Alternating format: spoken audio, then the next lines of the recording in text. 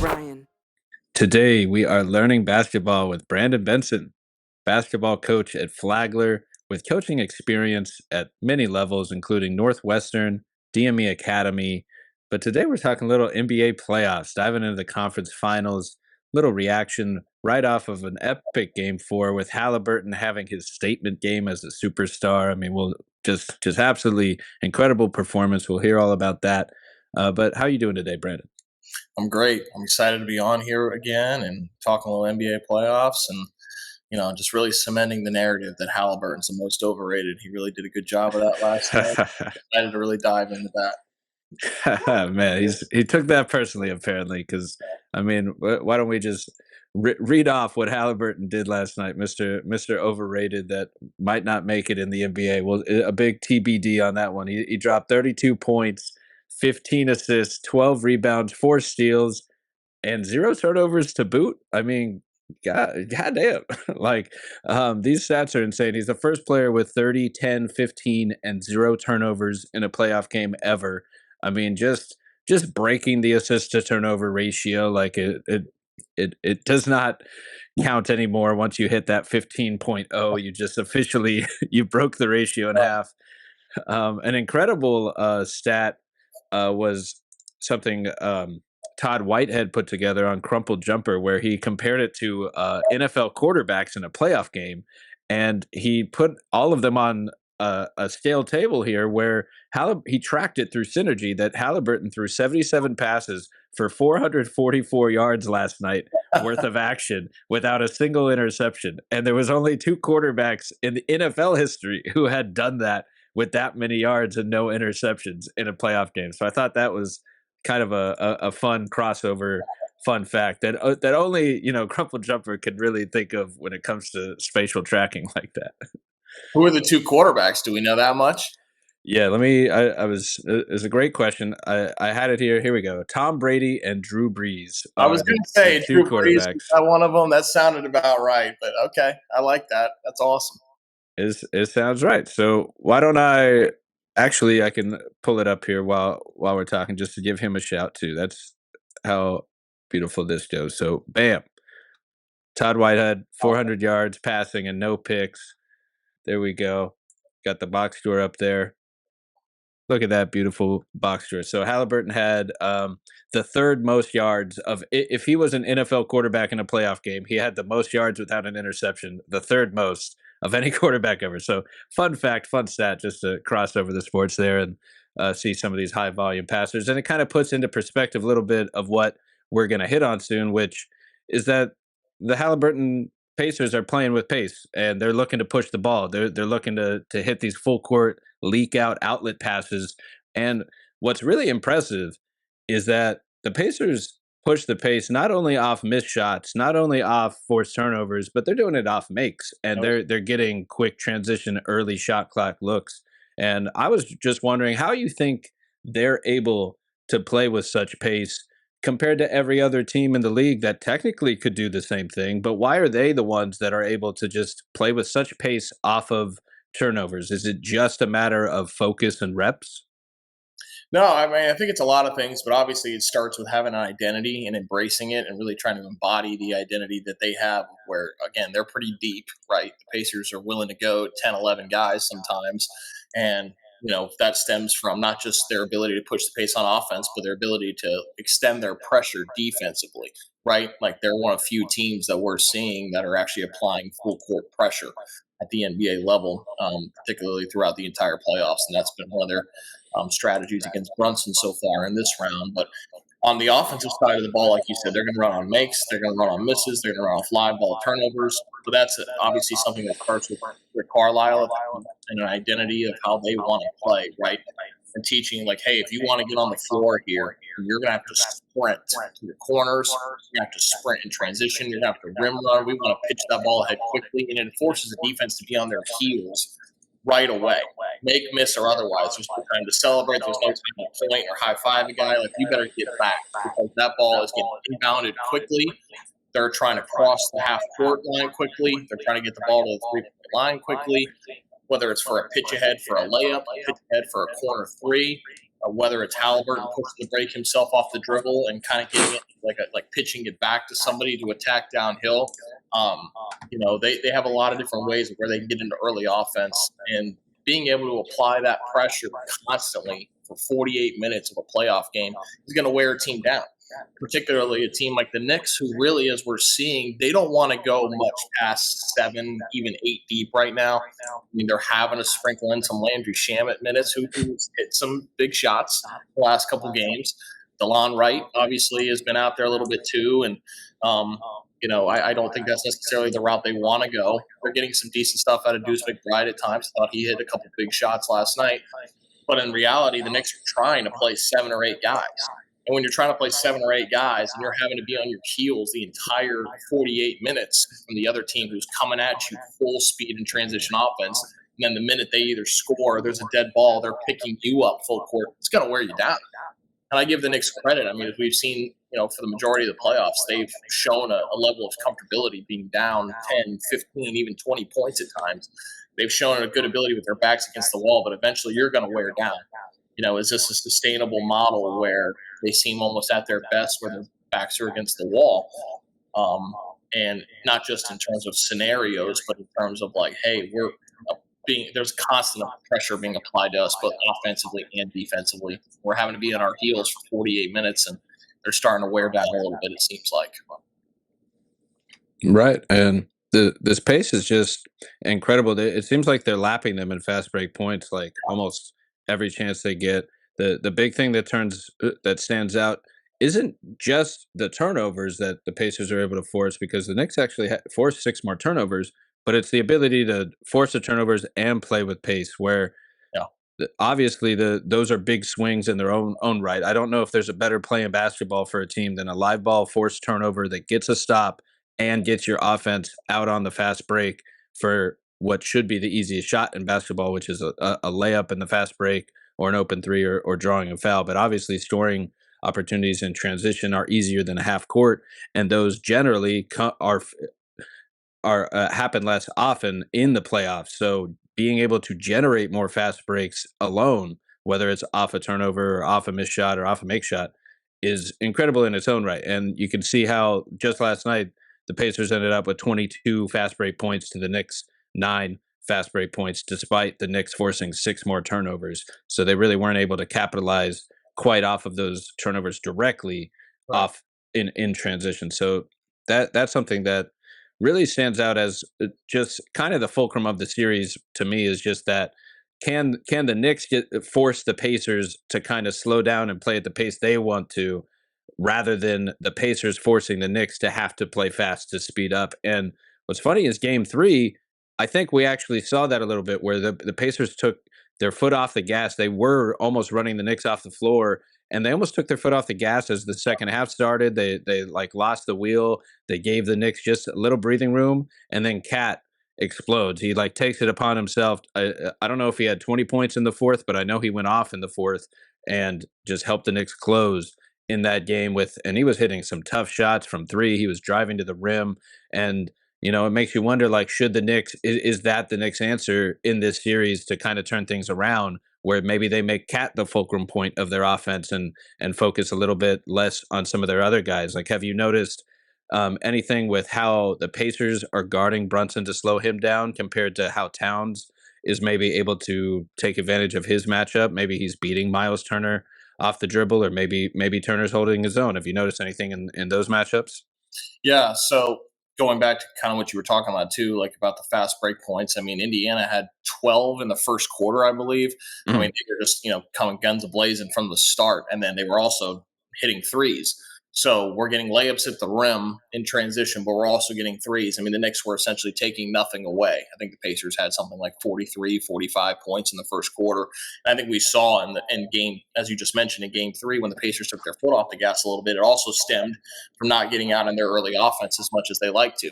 And I thought the Knicks actually did a good job of defending well in the half court, which they didn't do well last night. But when you're able to keep the game in the half court versus it being a transition war the whole time, I think that's where the Knicks can try to hang with the Pacers. Now, if it's going to be a track meet the whole game, advantage Pacers, right? In terms of how the Pacers are defending Brunson and Towns specifically, starting with Towns, He's had great success in the last couple of games, in particular attacking Turner off the dribble, as you said, right? Pacers have actually done a pretty decent job of not giving up pick and pop threes to Towns. But what Towns has been able to do is just drive by Turner, right? And then they've tried to get some other matchups on him. He's had success there too. If they want to go smaller, that's when he can use, his back to the basket post-up game. But when he has the quickness and speed advantage on some of these other bigs on the perimeter, he's done a great job, especially against Turner, of being able to beat him off the dribble and finish at the rim. I thought he did a great job of that in Game 3. I thought he continued doing that last night. But in terms of Brunson, I mean, the pressure is being applied to him, 94 feet, and the pickup point in the half court for a ball screen is damn near about half court. I mean, there was a possession last night where they set like a double ball screen for him nearly at half court, and the point of pickup was also at half court. The Knicks are trying to set these ball screens higher to give him more space to free him up, but the Pacers are right there. They're not in drop waiting back on him and letting him get a full head of steam downhill for the most part. They are right there waiting for him and trying to make him super uncomfortable.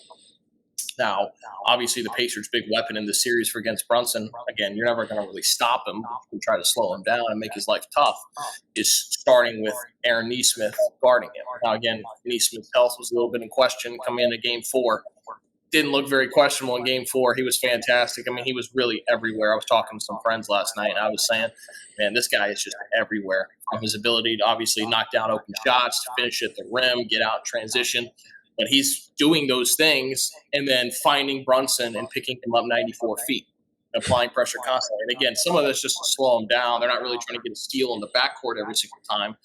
But, I mean, it's unbelievable the job he's done on him. His size, his athleticism, his strength has really, bothered Brunson a little bit with all that he has going for him. And I saw a very interesting stat from Nate Duncan. He tweeted out last night saying that Brunson, with Nesmith on him in 30 minutes last night, Brunson was 3 for 13 from the field for 10 points. When anybody else guarded Brunson in those minutes without Nesmith guarding him, Brunson was 6 for 6 and got to the free throw line, took 8 free throws in that time. 21 points, Brunson not guarding him. So it wasn't just he was effective in those moments. He's getting clean looks that he was not getting otherwise. He was getting comfortable when he was not comfortable at all when Nesmith's guarding him. So that's truly their secret weapon. And the way that it's able to allow the Pacers to have some other favorable matchups, I think, works in their favor as well. I thought Anunoby was good last night. I thought he did a good job. They were running some chin offense for him, having a guy come off a back screen, and then Towns would pivot to go set a down screen for Anunoby to kind of have like a two-man game on the single side of the floor over there. And then when he got a smaller guy on him, he would put him in the rim by using his back to the basket game, which I think he's gotten a lot better at. So when they're able to have Haliburton not have to guard a Brunson, and they can hide him, whether it be on a Hart or they could try to put him on a Bridges or on Anunoby at times, I think it's more favorable versus having to use Nesmith on one of those bigger guys and forcing somebody smaller to guard Brunson, because Brunson's had his way with whoever else has guarded him. I mean, it's like these other guys aren't even there when other dudes are trying to guard him. So, God bless Nemhard and Ben Shepherd and these other guys that are trying to hold their own, but Brunson don't even see those guys. So it's been unbelievable to watch Nesmith's impact on him between the full court pressure and the point of pickup and ball screens in the half court. I mean, they've really made his life tough, and he still performed well. It's kind of similar. The likening I would say is, if you watch the first round against Cleveland, they were doing kind of the same thing against Donovan Mitchell, where they were trying to make his ISOs the entirety of the Cavs offense, right? And I think the Knicks are trying to do that a little bit as well, or the Pacers are trying to do that to the Knicks a little bit as well, where, hey, Brunson's going to get his 30, right? He's going to have his tough ISO buckets. But if we could try to stay home on shooters, we don't have to overhelp. We're not packing the paint on him to where he's getting easy kickouts. If he can make that one-on-one stuff the entirety of the offense, I think that plays into their hands a lot better.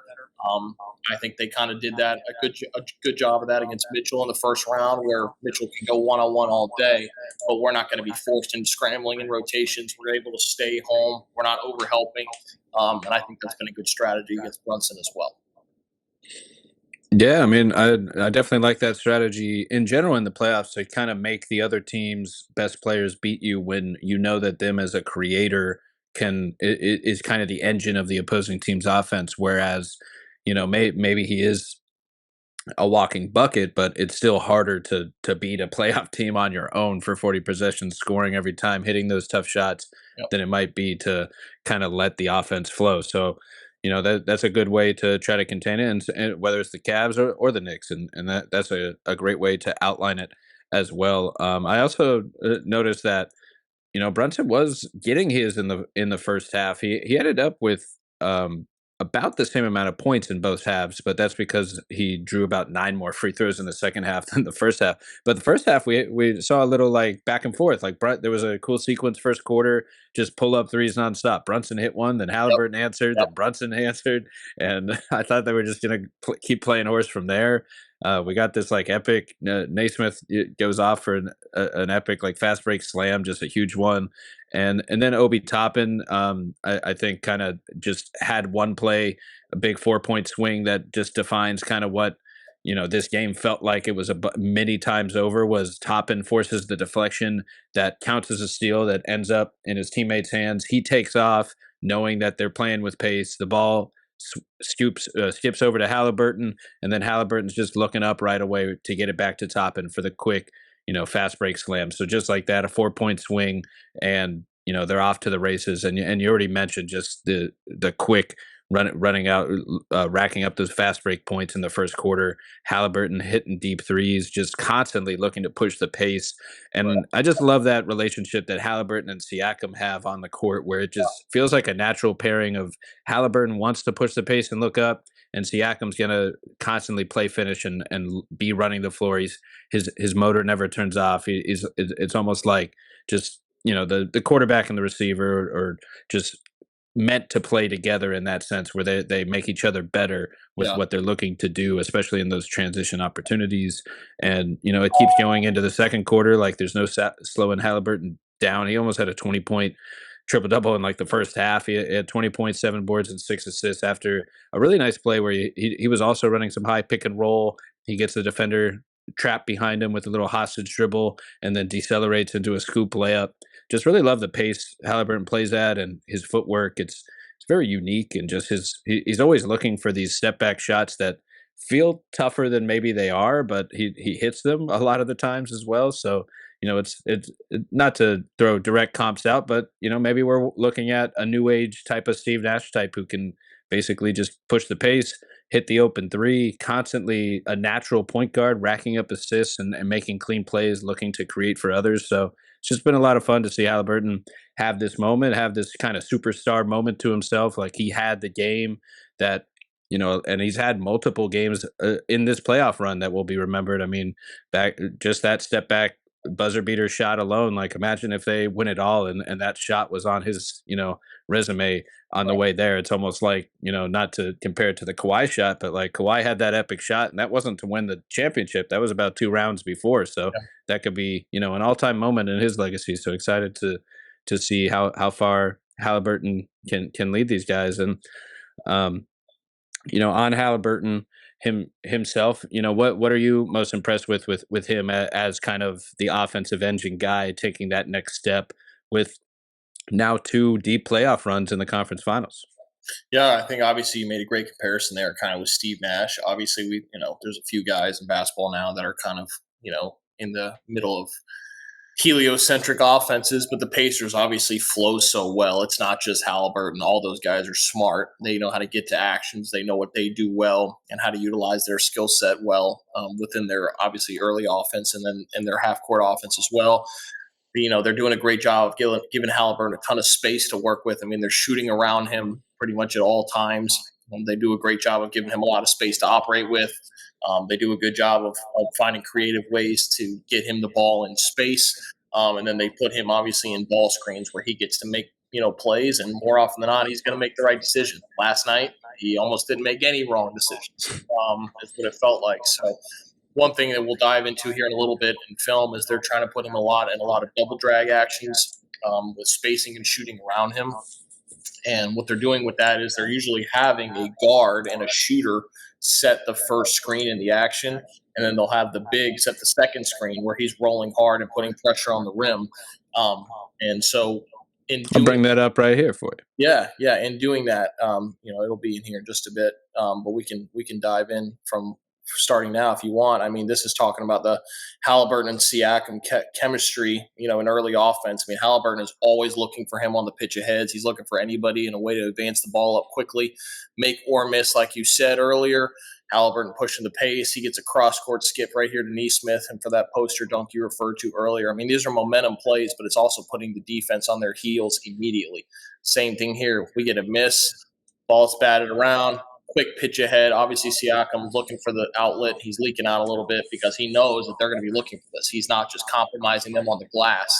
He knows this isn't something that he's looking for. So they do a great job of hunting those quickly. Obviously, you get cross-match and transition sometimes. This is what happens where Siakam can get an advantage like so. Looking at it one more time, this one's obviously off a make, right to the rim, putting his shoulder in the catch chest, and finishing there as well. Again, immediate pressure that they're putting on the opponent's transition defense. Here's the same thing. Look at top and get out and run, sprinting the floor. The cross-court pitch ahead is great, right? You can get cross-match and transition. The Knicks don't establish the ball on one side of the floor.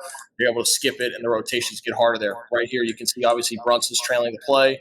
Robinson's trying to run with Turner. Nobody picks up. Bridges is sort of picking up Haliburton there. McBride and Hart are on the strong side of the floor. So that weak side kick ahead, again, you want the furthest guy away from the ball, all right, to be the last guy in the play, essentially. And you want to keep the ball on that side until he's able to recover. Haliburton's so good that he doesn't need to cross half court, really. I mean, he's got 1 foot on the half court line before he can make this outlet advance pass. He does, and Neesmith's put pressure on the rim right away. I mean, this is textbook transition offense right here. Ball changing sides of the floor, forcing long closeouts. They can't recover in time. Neesmith gets an easy dunk. And this other one we'll see right here. Again, open three. Got to knock that down. You can already see Siakam's already out of the picture, right? If you rewind it just a second, you can see Siakam already knows what he's planning to do. He's out of the picture here. He knows that as soon as they get this rebound, they're off to the races. This is what they've obviously been taught. They've emphasized it. They're obviously big on conditioning, so they're able to do this over the course of the entire game. But the minute this shot goes up, you can see he knows, I'm out of here. I'm going. And yeah, he's trailing out already. They don't even have the rebound yet. Nope, don't have it leaking out, but they know that they can steal buckets this way, and they're willing to do it, right? And again, the Knicks aren't selling out to get back in transition defense right now either. They got a couple guys in no man's land. McConnell, obviously really smart player, kicks it ahead to him. All right, and Siakam steals another easy one. I mean, he did a great job of this all night. I mean, he was just stealing easy outlets. And their early offense, these pitch aheads were so good to them. I think Siakam maybe had 3 of these tonight in total. He just did a great job with that, and that's obviously something that they emphasize and they're really looking for in early offense. Yeah, it's cool to see it laid out like that because it's almost like when you're playing pickup, like you never want to play those guys that are just like staying back, like leaking out in transition or something. Like it almost feels like cheating offense. But like if you can't stop it, like if you can get the stop with only 4 people getting the rebound and have someone leak out, it's just easy offense. Like it's something that like you know about as early like as grade school basketball that this could happen, but it's just interesting to see it actually like play out in the playoffs because the other teams just can't stop it. And I just feel like what feels different is we almost haven't seen this before in the playoffs work like this I think is what is taking me aback so much because like compared to those Suns teams, I mean those are some of the greatest offenses ever, but maybe one of the differences is simply that the Pacers are also playing defense, forcing turnovers and also playing at that pace. And maybe they just have a little more depth and all around 2-way floor balance to what they're doing a little bit. And it's not as much just trying to outscore you and outrun you, but they're also, able to get stops too with, like you say, throwing Naismith at Brunson to actually slow down the opposing team's best player and, try to cap off some of the passes. So you force the others to beat you with ISO, which is just tough. I mean, obviously, like, we all like look up to these players for their ability to ISO and hit tough shots every once in a while with a clutch shot here and there. But asking someone to do an ISO tough shot every play down is very hard, not sustainable offense compared to what could be otherwise. And it's very rarely sustainable offense. Even if it's LeBron, it's still hard for even LeBron to get a good shot every single time down the floor trying to beat you 1-on-5. And I think, playoff defense wise, that's generally a good way or a good game plan to have, is to try to cut off the help and make the other team's best players beat you. And sometimes they do, and you have to live with it. And that's just kind of, the give and take of defensive strategies here. Yeah, And it was you wanted, interesting give and take there because I think the give and take for the Pacers defensively is, well, we're going to do such a good job applying pressure early with our full court pressure and the pressure we apply in the backcourt, where we're going to kill shot clock to where, okay, they get it across in 6, 7 seconds. Okay, now you're working with 18, 17, 16 on the shot clock, and you're just now initiating your half court offense, right? So now that only gives us 16 seconds where we really have to guard in terms of team defense in the half court. And with Neesmith's ability to guard Brunson in these ISO situations, they're not having to scramble. They're not being forced to rotate a ton. He's not getting caught up. He's getting over screens. He's navigating them well to the point where everyone else can stay home, right? They are exerting their energy in that full court pressure and not exerting their energy in the half court, having to scramble and rotate all the time, getting beat off the dribble and having to overhelp and then scram around the whole time. So I think it's kind of interesting to see where they're willing to exert a lot of their energy. I think they're able to stay home in the half court and not have to, rotate so much because of the pressure they apply, because of the amount of clock they're killing in the backcourt. I think it's really interesting to kind of see the give and take there because, as we know, the Pacers haven't exactly been a defensive juggernaut for the last 2 years. They really seem to have found their groove here kind of post All-Star break and especially getting into the playoffs. So it almost seems like they, in terms of give and take, as you said, they've just found kind of what works for them. And like you said, they have so many weapons. They're versatile. They're able to go 10, 11 deep. They're able to throw a Ben Shepherd at you. They're able to throw a Nembhard at you or a Neesmith to apply some pressure. McConnell, he's as big a pest as anybody. You're able to throw a bunch of these different guys at you. And obviously, they weren't incredibly successful last night when they took someone, Neesmith, off of Benson and have someone else on him, but the guy's working so hard, you got to give him a blow at some point. But it is a luxury to be able to have a lot of different guys that you can throw at him to apply that pressure, but also offensively, all of them give you something, right? They're all giving them something, whether it's, McConnell's able to, run the show and initiate offense. And like you said, saw in some of those clips, get to the pitch aheads. It's not just Haliburton. Shepherd seems to really finding his own, kind of getting a feel for what his role is within their offense. In particular, he's really good within their flow. We'll see a couple clips here in a minute, but he does a good job of getting to action, whether it's a ghost or trying to come off a zoom or cutting and everything like that. So I think everybody on that team kind of knows their role, which I think is really nice. They all know how they can be effective on both sides of the ball. And, the way they play, you can't play 6, 7 guys and play that fast on the game and apply that much pressure for 48 minutes. You can't. But man, not to cut you off, but no, what a great point right there, where that it's almost the antithesis of how Thibs really wants to play too, no, with it on the is. other side of the It ball. is. Like, obviously Kenny kind of got that jab in on him the other day at halftime that went viral, like Thibs wouldn't play 9 players in a baseball game or something, which was very funny. And then of course he goes, Thibs, their seasons against the wall, backs against the wall, and they played like 5 lineups, or maybe it was 9 lineups that had never seen the court together all season, because they're just trying to find something that works. They find this like bench mob of, I don't even remember who was out there, but they somehow will the comeback with like 5 players who have literally never played together the whole season.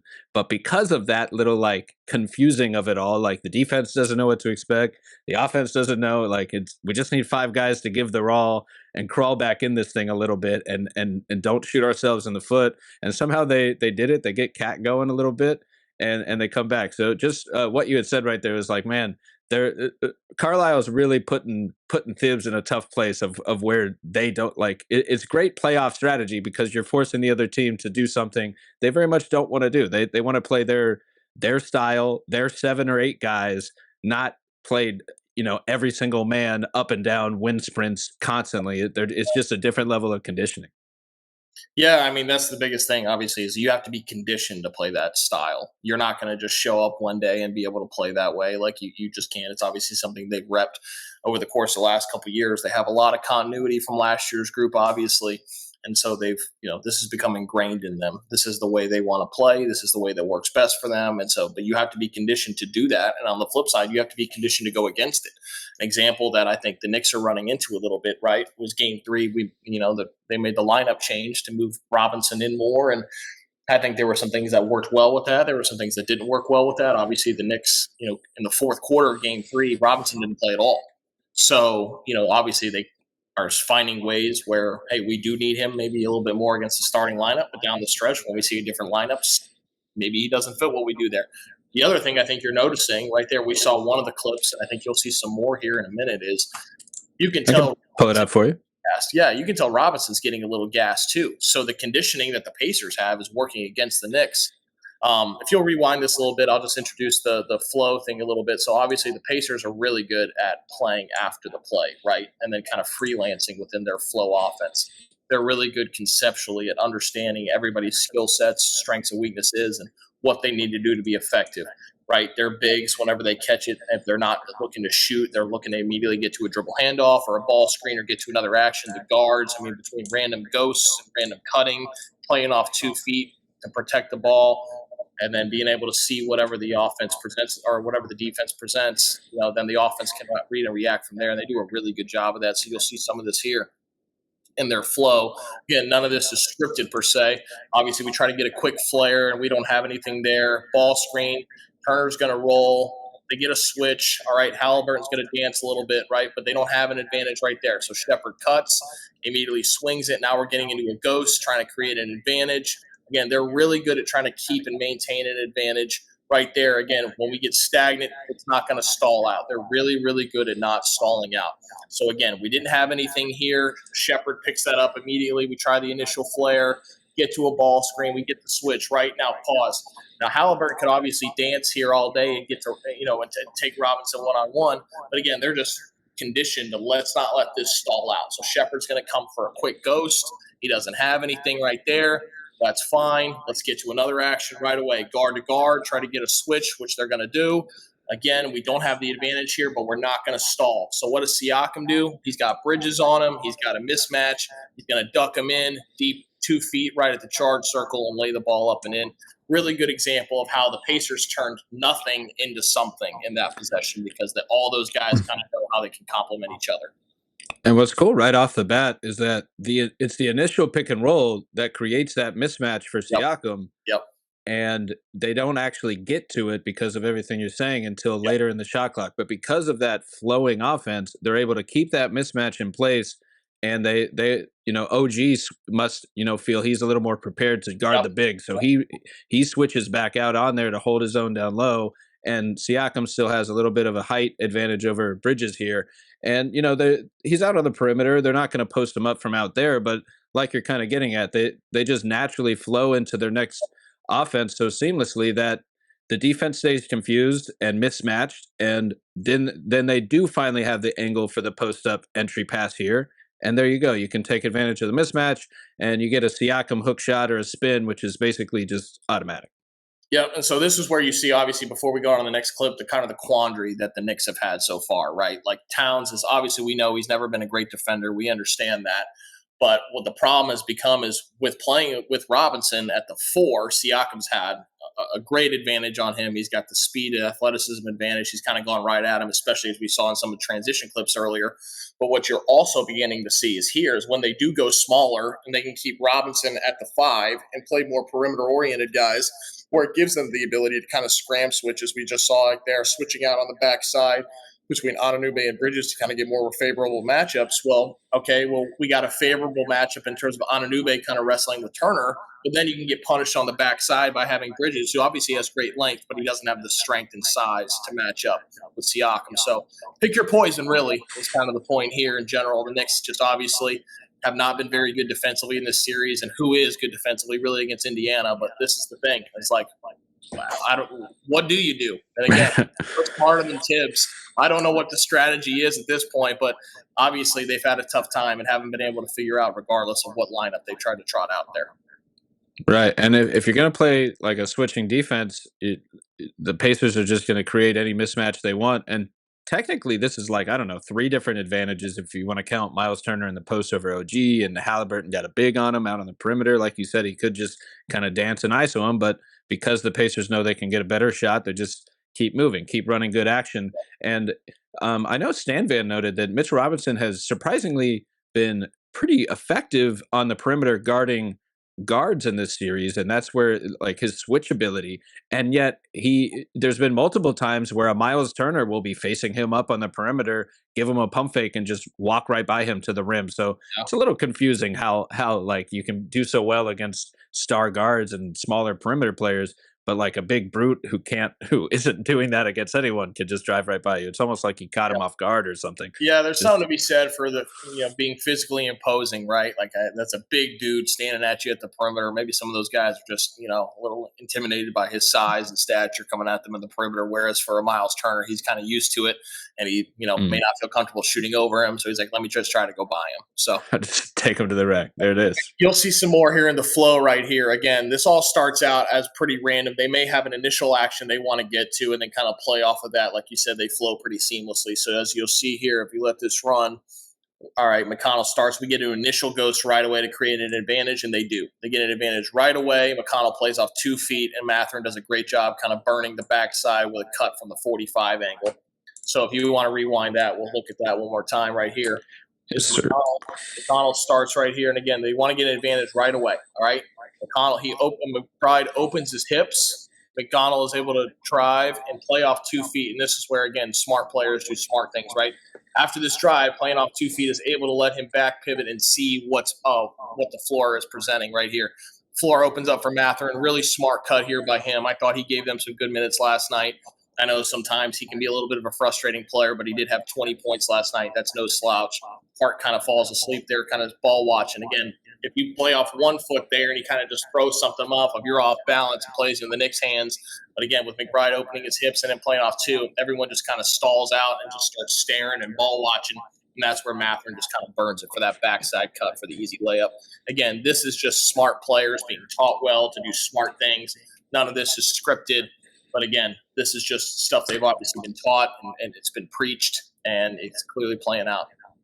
And there's just no reason Matherin should, like, look at this picture. There's no reason Matherin should get a layup right here. No Like reason. like there are 3 Knicks in the paint, 4 in between. And like you said, it's good footwork by the driver, and then really great awareness by Matherin to kind of do a wraparound cut where he just kind of notices all 3 defenders standing still, not really watching. They're all ball watching there, and he's like, "All right, I'll just run around everybody." Yep. Again, right down the middle. Point there is, I'm sure they said if you ever see a guy's head turn and his back of his head is facing you, then that's when it's a great time to cut. If you watch right here, both Ananube and Hart, all right, you can see the back of his head, so he's just going to cut right off their face and get an easy layup right here. Again, can't afford to be ball watching here, especially. But again, this is why being really smart, being able to play off 2 feet. Again, this whole thing starts just because they want to create an initial advantage, right? They want to see if they can maybe get a switch or maybe get some confusion or do what McBride does right here and just kind of open the gate by turning his hips. McConnell sees that, drives that gap right there. And again, Hart just caught ball watching. Matherin sees the back of his head, and he's just going to cut right across his face for an easy layup. And maybe it's because I've been in the draft waters a little too deep right now, but the 2 feet in the paint, that footwork, a little Conca-nipple maybe, hopes that's just where my word association goes, and just the way he forced that stop right across the board, man, playing off 2 feet, stride stop, and really being strong with the ball. Again, that's really a great way to go there. All right, and so we got one more clip right here. Again, you see an initial after this one. You'll see they love starting with these initial ghosts, right? They love just trying to create that advantage right away. You're going to see it again here in a second where they want to come up, start their offense again, just an initial ghost. Let's see if we can create an advantage, create some confusion, right? You can see they maybe want to switch, maybe not. And again, pause real quick. This is where I really like the Pacers. This looks ugly, right? Their flow has not been stopped, though. They're ready to get into another action. So now they're kind of in 5 out and delay with the floor spaced, 5 guys above the perimeter and above the 3-point line. So now, okay, we hit Turner in the middle for delay. What can we do? We could get into a zoom. We can get into a dribble handoff.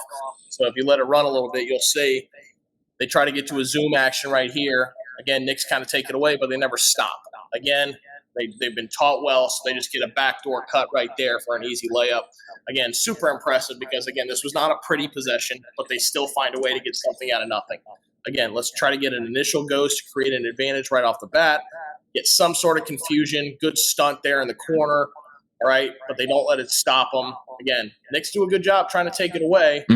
Falls asleep again and gets backdoored. And Hart obviously does an awesome job, but they clearly picked on him a couple times early in this one. Yeah. No, that's a great point. And if this first pass is a little better to the ghost screen, they might even have a corner three off the first look too. Absolutely. And they get the good stunt, so they could have been a one more to the corner either way. But again, they're trying to create the advantage. It looks a little sloppy, but they don't let it stall them out.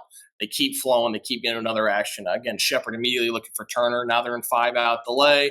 He could go really to either side. Again, you see Obi Toppin pointing maybe to hit Mathurin and chase into a ball screen, or they can go on the zoom on the strong side. Again, so many options here. This is kind of just out of their flow, but they just don't stall out, right?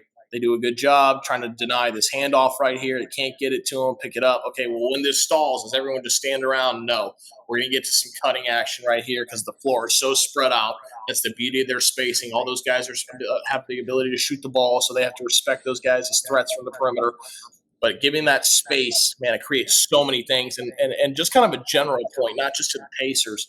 Again, we've seen the NBA have so many evolutions, especially on the offensive side of the ball in the last few years, generally pace and space and stuff like that. But from the pace and space, what we really started to see is it's generating so much good cutting opportunities.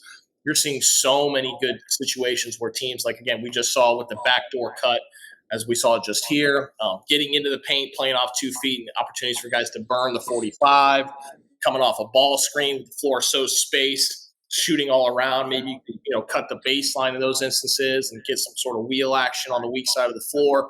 There's so many avenues and opportunities for guys to steal points here just off simple cuts like we see just here because of all the spacing that we're seeing on the floor. For sure, and you probably can feel that open. I mean, the paint's wide open. He probably feels Hart kind of denying him on the corner, and it's like, well, just a heads-up play, backdoor. And Anunoby's late rotating there. He probably could have had a foot in the paint. Turner's got to make that cross-court skip pass to Obi Toppin there. But again, all these guys can shoot. So again, kind of the point, is to just try to stay home as much as possible, but they can't there. So it is interesting to see how all of this modern spacing kind of continues to develop. The backdoor cutting, the dunker spot, the just kind of opens up space for everyone else if you can take advantage of it and use that misdirection and all that gravity to your favor to create good looks or even just create the threat of a good look constantly on both sides. That was the point I was going to make too. It's the threat of these guys being able to shoot. I mean, there have been studies that have shown like the way NBA teams guard three-point shooters is it's not really about their percentage. It's really about the volume. So they're respecting the threat as much as they are respecting your ability to actually do it. Like if a guy's going to shoot 7 threes a game, well, they're going to stay home on that guy, even if he's shooting 30%, because that's what he wants to do at the end of the day. The guy's shooting 45%, but he shoots 1.5 a game. Well, okay, at the end of the day, that's not what he wants to do. He's making them when he gets the opportunity. But you got to live with something. At this point in the game, you can't take away everything. What these guys are trying to do is figure out what they're willing to live with at this point in the game. And so they're going to stay home on all the guys that they respect their shooting. I think Toppin shot it well enough. Obviously, the other guys on the floor there, between Mathurin, between Nembhard, and then Shepard, all those guys have the ability to shoot. So, and then Turner himself, you have to extend pressure for the way he's played. He's had a fantastic playoff and is shooting the ball really well. So, again, all of the threats of those guys being able to score on you is what forces the defense to guard them the way they are. Right. It's almost like defenses like respect the confident shooter more than necessarily. It's not like they're running math equations in their head. Like we use all these analytics to give players probabilities to prepare, but these are still split-second reactions and decisions, and they don't have much time to think. So they naturally are going to respond to the confident shooter who's not worried about letting it fly. They're not going to go and check until maybe after how many he actually hits or how often he hits them. But I'm sure there is a strategy involved where, to the point where some teams will try to leave inefficient shooters open as a strategy. But outside of like game planning that beforehand, I do think it is just kind of like players know who's confident in their shot and who's not, and who's unwilling and who's more than willing to get that shot up, and they're gonna go out of their way to contest the guys that Absolutely. are overconfident, and that can just really drive home the point of shooting gravity having to do with volume, like you're saying, where in terms of respect from defenses, the volume matters as much as efficiency. In terms of the most efficient shot or play type for an offense, well, that's where you're trying to nitty gritty find set up your best players for the best, or the best scorers for the best chance to succeed, by putting them in their best play types and their best scoring situations. So kind of a little interesting give and take there of like measuring efficiency, but also not really tying in, or that might not tie into the defensive strategy as much as like you're saying with just the volume itself. So you have the double drag example here as well for Yeah. So Indiana. before we get it too heavily into it, you were talking earlier about what's made Haliburton so effective, obviously, and what we're about to see. This is the first possession for Indiana in the game. Like they want to get him immediately into a ball screen or get him with some sort of advantage to where he's so smart and cerebral that he can just read the entire floor and make the right play. But all they're trying to do is create an initial advantage, and a way they've loved to get into it is with the double drag. As I explained, the double drag, again, they call it a lot of times 77 in the NBA, but typically the 77 is when it's the 4 and the 5. Why it's 2 sevens, I don't know, but that's why they call it. So what you're going to see here, some people will call like 27 or 37, meaning that the 2, the first number, is either the 2, if it's 27, it's the 2 guard. If it's the 37, it's the 3. And they'll just try to run that with a shooter as the first screener, which creates a high tag, or it'll create a switch. Or again, what you're going to see is how the Knicks want to guard it. It's going to create an advantage. And then when Haliburton gets that advantage, he's got spacing around him. They're getting pressure put on the rim from a hard roll. Again, pick your poison. We keep saying that with the Pacers because that's what you're going to have to do. And you have a guy like this, like you said, who's almost Nashian, to where he's going to make the right play almost every single time. So as we get into this here, we'll dive in and you'll get to see what this looks like. So right here, they start the game by running this in stagger. Now, if you pause it real quick, what we'll show here is go back just a little bit to where he's coming off the ball screen initially. I'll reset the play here a little. Yeah, you're good. So pause it right after he gets the ball, Haliburton. Perfect. All right, so what you're going to see, obviously, they're overloading this side of the floor. Sometimes you'll see a team pin in and set a bit of an exit screen. Let it run just a half second. So what you're going to see here is pause, all right? So the minute this happens, what you're going to see is there's no guard-to-guard switch right here. A lot of teams want to get a guard-to-guard switch. The last thing the Knicks want to do is switch Brunson on to Haliburton here. So Bridges has the tough job of trying to get through both of these screens to get back in front of Haliburton. Again, that's a lot of ground to cover at the same time. Again, if they set a solid screen here, he's going to have an advantage. Well, you can already see Robinson is getting ready to step up and try to contain Haliburton. Now, this is where they get in trouble because with all this space here on the back side, again, if Robinson steps up in front, Turner's got a free runway right to the rim, right? And you could see he's about to get out of this screen. He doesn't even have to really set it at this point. The minute they have created the advantage, his job is done.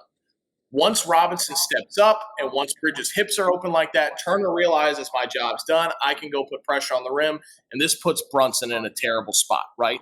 Now, either Brunson's got to take Turner on the roll, he's got to try to tag, and if he tags for too long, then Nesmith's going to have a wide open 3. So if you let it run here just a little bit, you're going to see Bridges actually does a decent job of trying to get back in front, but they end up veer switching this, right? He realizes that Robinson's taking the ball by now. He wasn't able to get back quick enough, so they got to veer this so Brunson doesn't have to hold the tag as long. They're going to hit Nesmith at the top. Brunson does a decent job recovering here, but now they've got a matchup they like, which is right in the middle. Turner, again, it's really hard to scram switch. As you can kind of see, Anunoby is pulling over to do what we saw earlier, where he's going to try to switch out and take Turner. In the middle of the floor, it's really, really, really hard to do that. There's just not a good angle to do that. So, again, we'll let it run again.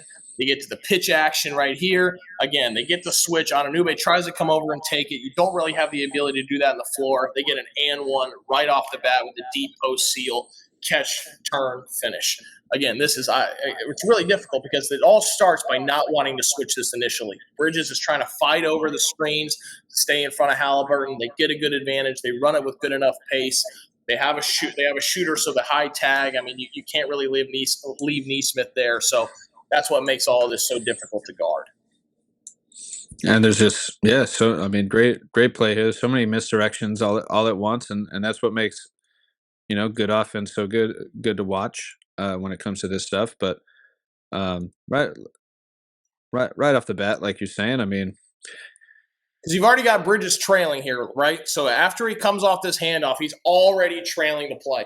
So they're already compromised. And again, that's a decision that they want to live with. Like, hey, what are we willing to take away? Well, we don't want Brunson switched on to Haliburton here, so we're not going to just switch that guard to guard. We're going to trust Bridges with his length to get back in front.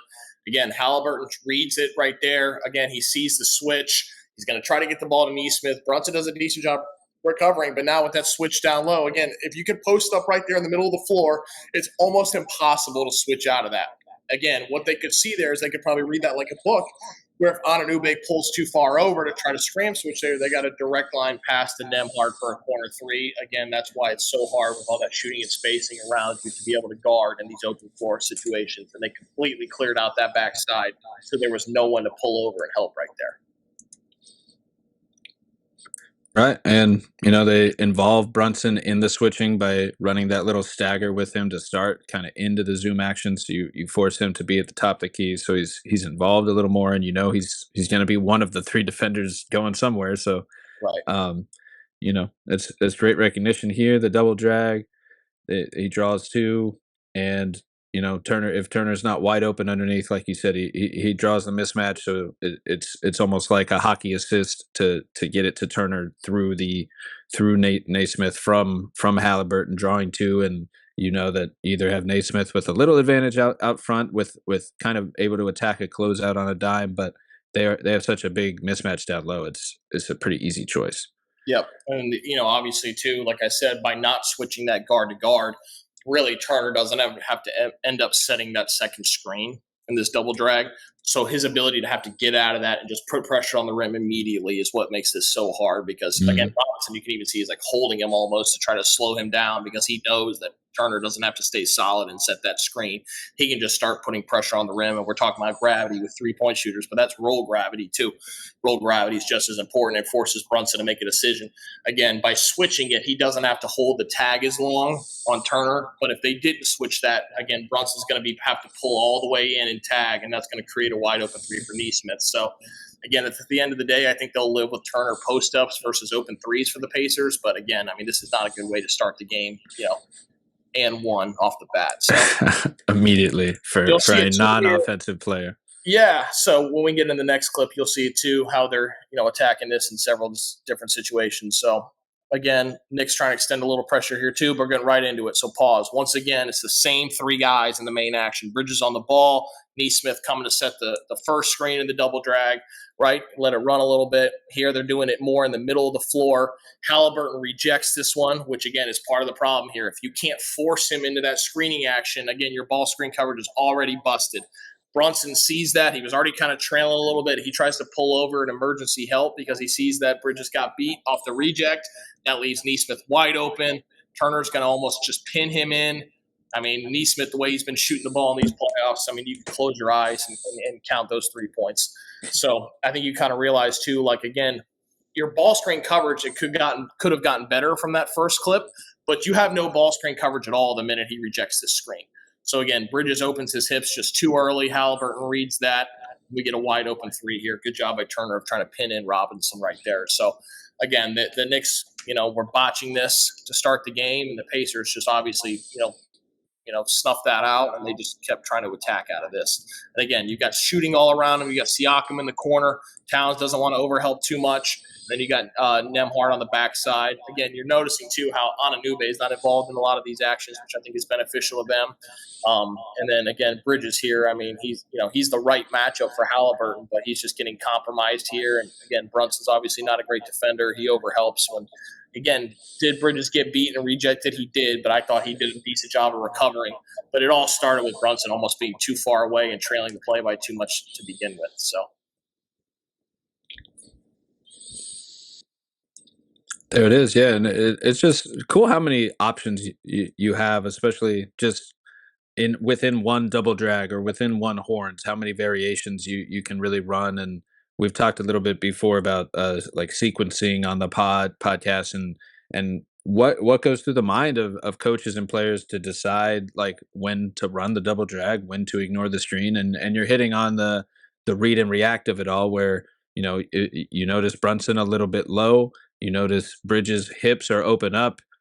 Haliburton probably realizes he can draw two to the ball by driving left just a little, and then he knows his teammates got a 2-on-1 right behind him where the shooter's going to be wide open. You've got a pick already set in front of him, almost like a separate, like you said, pin down screen or a little bit of a moving screen. But hey, that's no one's They're not looking down calling there. that. They're not calling that one. So bam, there it is. It's just cool to see, like, same play as the first round, first play, totally different result, and it's pretty much more about Halliburton and his teammates reading and reacting to what the defense is doing rather than going in with a predetermined, okay, this time I'm going to ignore the screen no matter what happens and just drive left and Yep. hope for the best. Like Yep. it's the little, it's reading the top of the foot or the open hip and Yep. little things like that, Yep. that are cool to see the So here, details if of. you pause again, if you go back just a little bit, again, they love giving him all this space to kind of work with. The Knicks have stolen a little bit of this. Pause it right here. The Knicks have stolen a little bit of this for Brunson himself to try to free him up, right?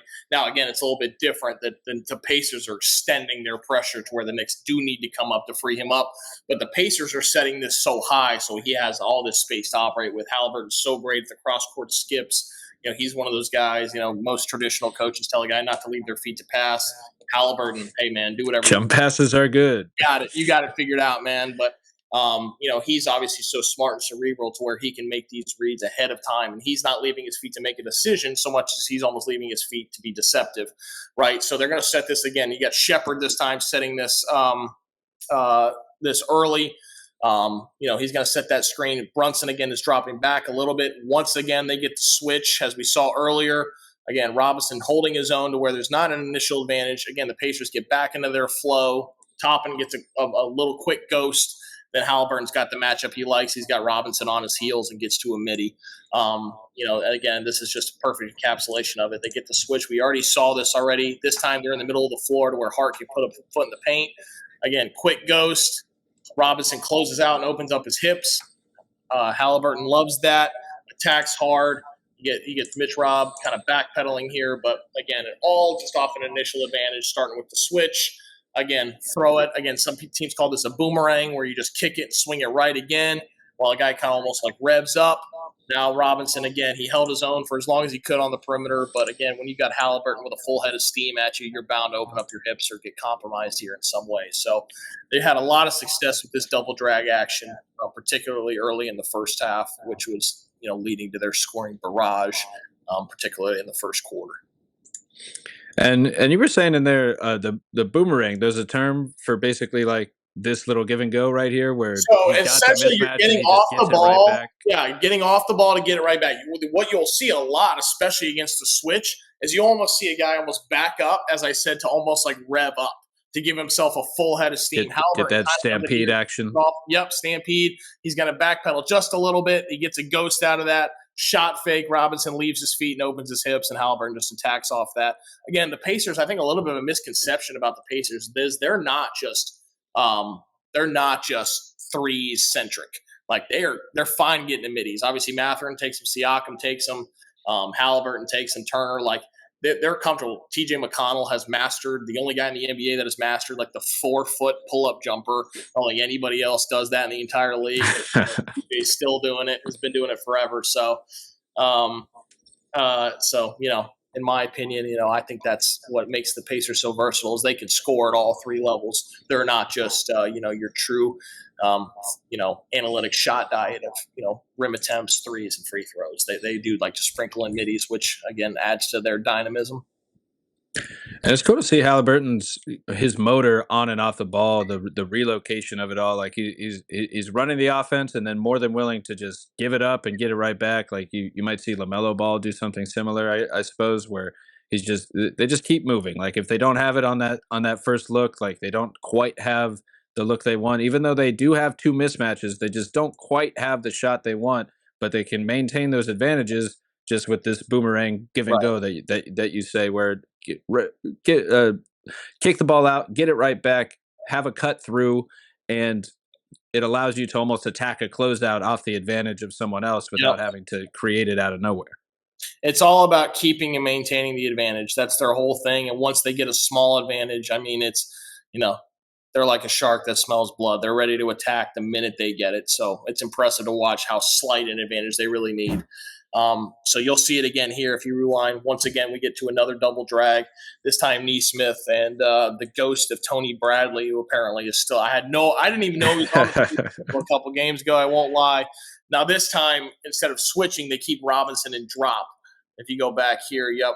So we'll see is with Neesmith and Bradley. So this time, I don't know if they decided to scrap the switching or if it's because Robinson was late trailing the play. This time they're in drop, which forces Hart to pull over for a low tag, and they get the easy kick out three. So I think this is a good example of, too, of how the Knicks, I guess, maybe wanted to switch up their coverage. Maybe this was the plan all along, but the way, Bridges was having a trail so far and get back in front, it was too late. They had to emergency switch. Here, pause. As you see, Robinson is already retreating. Bridges is not back in front yet, but Robinson is not stepping up all the way anymore and committing to the switch. So by not stepping up and committing, that says to me that their plan is to keep him in drop and try to let Bridges get back in front. With Neesmith so high, again, Brunson has to be the high tag. Hart needs to pull over to the rim and be the low tag. Well, by doing that, you're giving Haliburton, the freeway to make one of his signature skip passes, the Nem Hard right here for an easy corner three.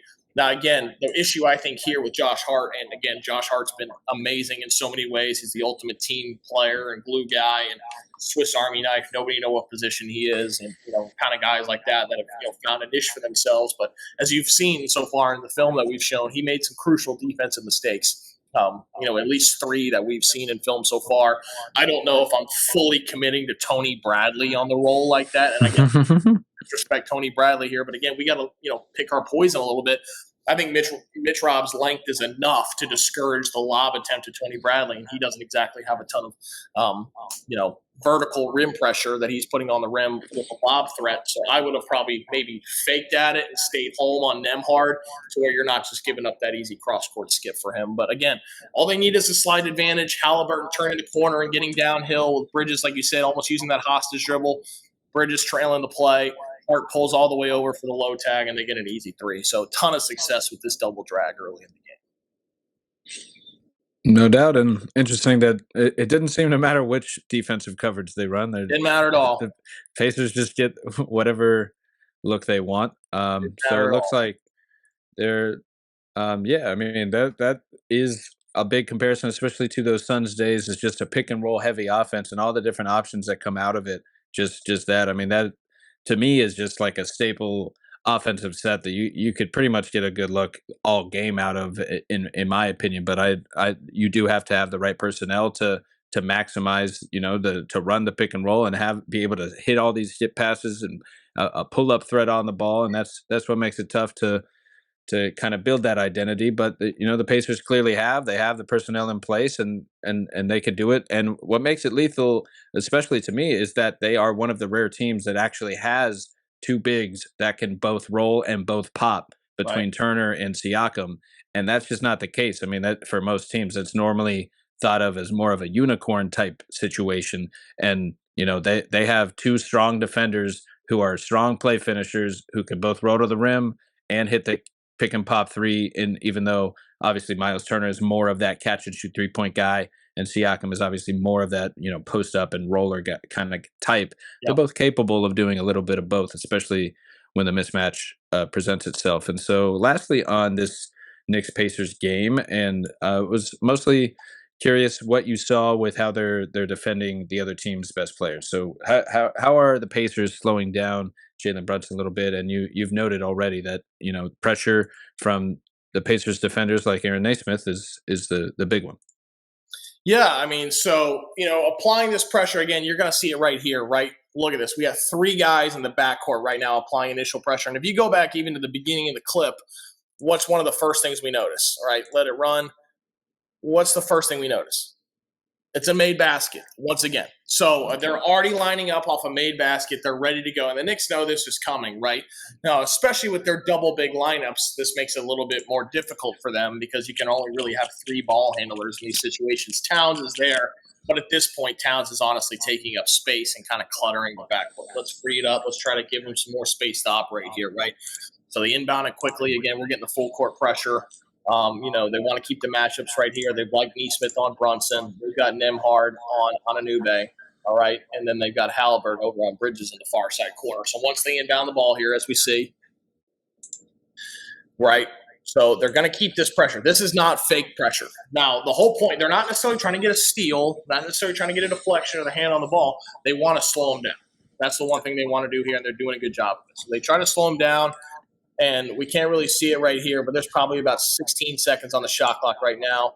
It looks like there's 15 on the clock as we speak, right? So, again, Neesmith is making it really tough on Brunson. Even if you go back just a little bit here, you can kind of see, the Knicks are starting their offense from half court pretty much with Mikal Bridges right here, which he's not Haliburton in terms of playmaking from that kind of distance, right, with that much space in the floor. So, right, all this pressure, Brunson's getting beat up right away. He's getting clipped by this screen. Neesmith's making it hard on him. He gets over the screen. Brunson catches it here with a lot of space, but he's at the Gainbridge Fieldhouse logo with 12 on the shot clock. They've gotten into nothing, right? So now they want to create an advantage here with this high ball screen. Brunson did a really good job a few times in this game of rejecting these ball screens. Bad coverage here. If you're the guard, first of all, if you're Neesmith, the minute you hear Miles Turner call out this screen, your job is to flip your angle just ever so slightly to force Brunson to use the screen. Again, Brunson's a great player. He may come off that ball screen. He may split you. He may turn the corner on Turner. But again, our base coverage is out of when he uses the ball screen. If he doesn't use the ball screen, then we're in a world of hurt. Then we're in a lot of trouble. Neesmith needs to flip his angle right there to not give him that avenue to reject the screen. Turner's at the level, ready to add and extend that pressure. Again, we're looking at 8 on the shot clock when this happens. Make him use the screen. He's running into a 7-footer with 8 on the shot clock here if he uses it. It's the Pacers, advantage Pacers. Now this is advantage Knicks. So what's going to happen is what? Siakam's going to have to pull over and help as we let it run. He's got to pull over and help. And that creates a kick-out 3. The Pacers are in scramble mode, which they've tried not to do the whole game. Creates a wide-open 3 there for Bridges. I really did think Brunson did a fantastic job despite, again, the circumstances, despite the pressure. He had a couple turnovers here and there, but he was making these plays all night. And I know he had 31 points, but it wasn't just scoring. Again, right here, they're so worried about the threat, as we've talked about, the threat of Brunson scoring, that Neesmith just falls asleep for a split second and lets him use the screen. Again, look at all this pressure. He's catching the ball at the logo. It's 10 on the shot clock before he even receives the screen. At that point, just make him use it. All right, he's running into traffic with 8 on the shot clock. He doesn't have the size advantage to see over guys kind of the way Haliburton does. So if you can just make him use this screen, it makes it tough. And now the Knicks are pulling over. Nembhard had to pull over. Haliburton having to help the helper. And that creates a wide open 3. So I thought Brunson did a really good job there. But again, it shows how hard he's having to work just to create offense. You mentioned the creation at the beginning of the show. I mean, he's creating for himself. He's creating for others. But he's having to work so hard. He's getting 8 seconds of backcourt pressure. He's having to come off the screen. He's getting bumped. He's getting bullied. He's being forced to half court to even just get a catch. Kudos to him for having the patience here. But again, I think this is – now pause real quick. That is the microcosm of what the Pacers want in this series, though. They want it to be Brunson ISO, everyone stay home. It's 8 on the shot clock, right? Well, again, this was just a botched ball screen coverage, and that's how they were able to beat it. But the Pacers, again, this all started by the Pacers doing exactly what they want. Let's kill clock in the backcourt. In the front court, we're going to make it really tough, force the catch out. Everybody else stay home and make it ISO Brunson here with 11 on the shot clock. Now, I think Brunson's gotten into some trouble over the course of the series of almost holding the ball too long. I think I saw Jeff Teague maybe give him a little bit of a hard time on his podcast or something about that. But again, it's not just Brunson choosing to do this. The Pacers are they're inducing this every game by the way they want to cover him. So all in all, I can see the strategy at play, but just poor execution right here by the Pacers ball screen coverage. And they had him the whole possession, like you're saying. I mean, What's really interesting is just, I guess, the clock in all of this, and really all of this, and how fast Indiana wants to score, but also at the same time they're going to go full out ball pressure defense, full court pressure to minimize the shot clock for the Knicks, so the Knicks have less time to orchestrate their offense, and then that ball pressure in turn helps create more live turnovers, which help lead to more fast breaks and to play at the pace Indiana wants to play. So it feels like Indiana is dictating a lot of the pace Absolutely. between both of these situations here. And in on this play, credit to the Knicks still getting a good shot, and like you said, credit to Brunson still able to create a good look Yep. when essentially he's only got what 10, 9, 8 seconds to work with, like you're saying, and a ball screen, and it's like, all right, go get a good shot against his Yeah. playoff defense, and somehow he does, just because of, like you said, able to beat his man, ignore the screen. He doesn't open up and get him to actually use the pick. And now you have a drive and kick where he could have gone almost three different ways with this ball, Yeah. and Absolutely. got a good look. And that's what's been beneficial for the Pacers the whole series. They've just been able to stay home on those guys. Right there, you saw everybody have to collapse. Then we're in scramble mode. And then Brunson's a great playmaker, not only for himself, but for others, where he makes a great read here in Bridges. He knocked down a couple big threes last night, and one example being right here. So, again, they had to work super hard to get these buckets, but hey, when he did and he broke it down, he did a great job. So once again, you're seeing the same thing here: full court pressure, right? Setting a screen in the backcourt to kind of free him up. All right, now once again, pause real quick. So they've already killed, before the initial ball screen is set, we've killed at least 10 seconds of the shot clock. Once again, advantage Pacers. They've done a great job. So again, we set this ball screen right here. This is when Achua had to come in early because of the foul trouble to Towns and Robinson, right? So again, Brunson's patient right here. He's using the pick initially, but he's going to spin off of it, and it uses a de facto reject here at this point. He's once again rejecting it. All right. Toppin's not in front. He's out of position now. Brunson's got an advantage. Siakam has to pull in once again to help. And then Brunson just whips it right across his face for an open three for Josh Hart. I mean, he did a fantastic job of manipulating these ball screens to create rejects, force rotations, and hit the open man. He did a fantastic job with that. And that's what they need all night, no doubt. I mean, the Knicks need him to be able to create like that, and you've mentioned how the Pacers want to slow him down as a creator, and they're trying, but I mean, Brunson is still able to make something out of nothing. He did a great job handling that extended pressure, in my opinion. I mean, I thought he did a great job. Again, the patience to walk the ball up the floor, not get sped up, or just try to beat a guy again. It can be really hard to fight pressure with pressure. If you just want to put your head down and try to go by him, you may turn that ball over or cough it up and not see what's in front of you. He's always kind of had this poise about him ever since the Villanova days. He's just composed, ready to use this ball screen. He knows Toppin's going to step up and hedge, try to force him back towards half court, and, use the length against him because obviously he's very small. Again, Brunson's patient. He uses his savvy and his poise. He's going to just hit one hard dribble and try to spin back off of that instead of using the screen. Does a great job, and then you're going to have to see Siakam pull over and help. So, again, great patience here in the ball screen by Brunson. I mean, just great read in order to spin off that. It turns it into a facto reject. Again, if Haliburton then helps off the strong side corner, which teams don't want to do, it's an open three for Bridges. So that help's got to come from McConnell or Siakam. And Siakam was ready to overhelp right there. And so Brunson just whips it right to Hart. Boom. There it is. I'm sure he can feel the defense breathing down his neck if he uses that screen as you're getting at there. Like he sees the hedge over the top. Yep.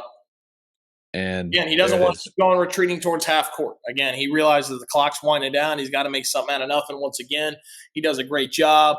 Again, this is one of the few times where he was able to get any sort of advantage for himself or others against Nesmith. Really was. So, again, credit to him. Again, Nesmith's been giving him a hard time. I mean, the whole series, he's done a great job on him. But right here, again, Brunson just being so savvy and making a smart play right here. And spinning off that, turning into a reject, and just once again, forcing the Pacers into rotations where when they can stay home and stay neutral, they're at their best.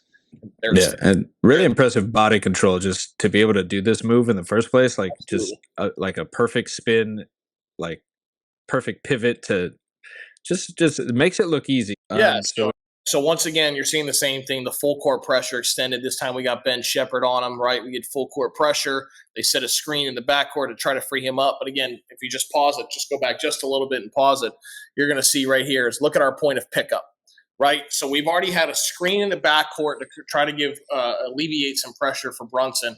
But now we're going to try to set a ball screen for him essentially at the half court line. Like, they're trying so hard to free him up and give him a semblance of space to operate with. And he's not getting much because, as you see here, Hart actually doesn't do a good enough job of sprinting to the corner to give him more space. I know Anunoby's there, but maybe he can send him to the other side because right there, Nembhard is essentially sitting on Brunson's left where he can't go there.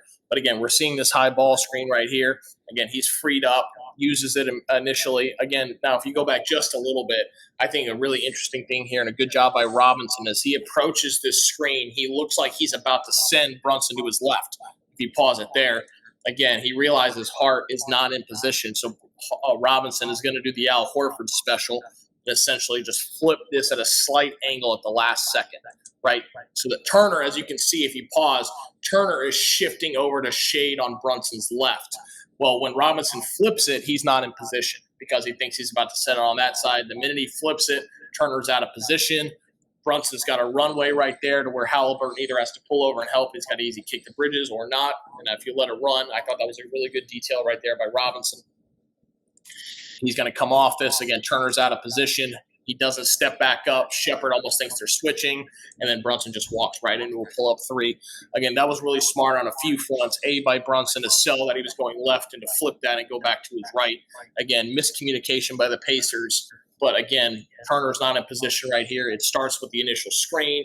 He's on the wrong side of it, and then he doesn't pick Brunson all the way up. I think he thinks maybe Shepherd's going to get underneath this screen and reattach to Brunson.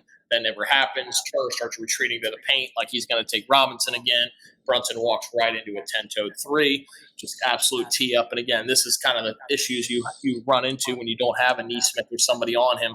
Shepherd is a second-year player playing in the NBA Eastern Conference Finals, having to guard one of the 10, 15 best players on the planet and one of the hottest guys in basketball right now. And again, as you see, Shepherd kind of gets caught up here. He doesn't know really to step back up or not. Turner's kind of wandering around in no man's land.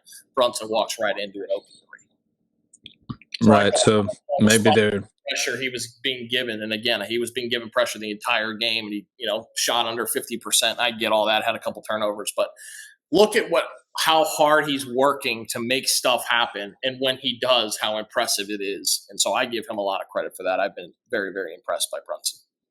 Yeah, especially like we know going in, he's not the most athletic guy out there, so he might need a screen to create a little bit of extra space, and usually he's using that shiftiness to create his own space and advantages. But when you throw like an uber athlete like an Aaron Naismith at him that is just going to play menacing defense, he needs a little help to create a little bit of space, and that's where all these extra screens come in from the backcourt to the high ball screen. And a good note that you noticed that where he switched the screens last second to get a better driving angle, and it heads up by Brunson to notice it. And then I'm guessing they're in drop coverage like you're saying, and Shepherd just can't get back in time, and Turner doesn't switch. The interesting thing too is, again, at that high on the floor, it's probably not necessary for Shepherd to fight over that screen. So getting underneath makes all the sense in the world. Brunson's not going to pull up from the Pacer logo, but you got to reattach at that point. So there's clearly a lapse in communication here between Turner and Shepherd as to whether they're switching or Shepherd's trying to get back in front. Yeah, and Imrob might have caught Shepherd's hand in this just a little bit, holding him. It looks like he's a great job of that every time down on both ends. So there it is. Yeah, they're letting guys wrestle, which I like. I think all of us are okay with. Let them play. Let them play. We all it creates a little. If they're not calling it, it creates a little extra space. And like if like he's gonna drop down, and the only chance of defense is this guy that you're holding on to right here, then why would Imrob let go? He's holding his hand. They're gonna go for a little walk in the park. Well, the funny thing too is this. Again, I'm not a stickler for this stuff. Usually, I'm not a big fan of the live ball, on-ball charge call in general. But again, it's a rule. It's the one that exists. Really interesting thing. Want to talk about physicality? I thought Brunson, in very Villanova fashion, took about 3 charges last night where there were no whistles. I don't know if Mm. you caught that. I didn't want to pull the clips and bore people with film. Like we're in Secaucus and reviewing calls. I mean, I was like sitting there. I like couldn't believe it. I'm like the amount of times that Brunson was waiting right there, whether it's on Haliburton or somebody else. At least two or three, just blatantly obvious. He was set, ready to take a charge, falls down, and there's just no whistle. So I was just a little confused by that, but also, hey, I mean they're letting them play even through guys getting barreled over right there. So, um, you know, that's all the film I had on the Knicks. I mean, and the Pacers from last night. But the interesting thing for me is just I thought it was interesting down. Obviously, the first half was just a barrage of scoring two, and then game three. What got the Knicks back into the game was, as we discussed already, was really trying to slow the Pacers down, especially in the second half. And I thought their half court defense was really good in the second half, particularly in the third quarter. But last night, I mean, that just evaporated. I mean, that second half of game three, the Knicks was the best half court defense I've seen them play in a long time. Last night down the stretch, the Knicks got 0 crucial stops. I mean, none. They didn't get any when they needed to.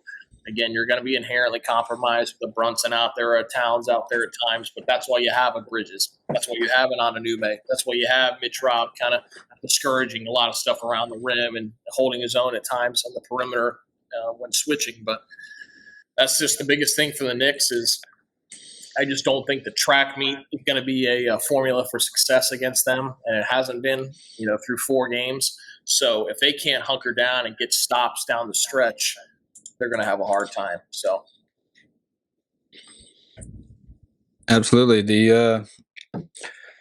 We'll see if the Knicks can turn this around. I mean, they have some adjustments to make here. It feels like the Pacers have kind of found their edge. They found their pace, and they're playing with it. I can't believe it. I am a little surprised that it's still working this well in the playoffs. Not that the team is winning, but just that this style of play and quick style just has held up, and that it makes sense if you are able to kind of maintain all the other stuff around it, like the ball pressure and like really just the entire team identity embracing that sort of thing, where every player knows what's up, where they all feel like they're a part of. Yeah, I can be the guy throwing the outlet pass. Yeah, I can be the guy running down in right. transition for the outlet. Like they're just all very hyper aware of we're all playing fast. We're all looking up for each other, and it's probably a little contagious from playing with Haliburton on top of the identity Carlisle, I'm sure, wants to instill, and they found it. They rolling. I mean,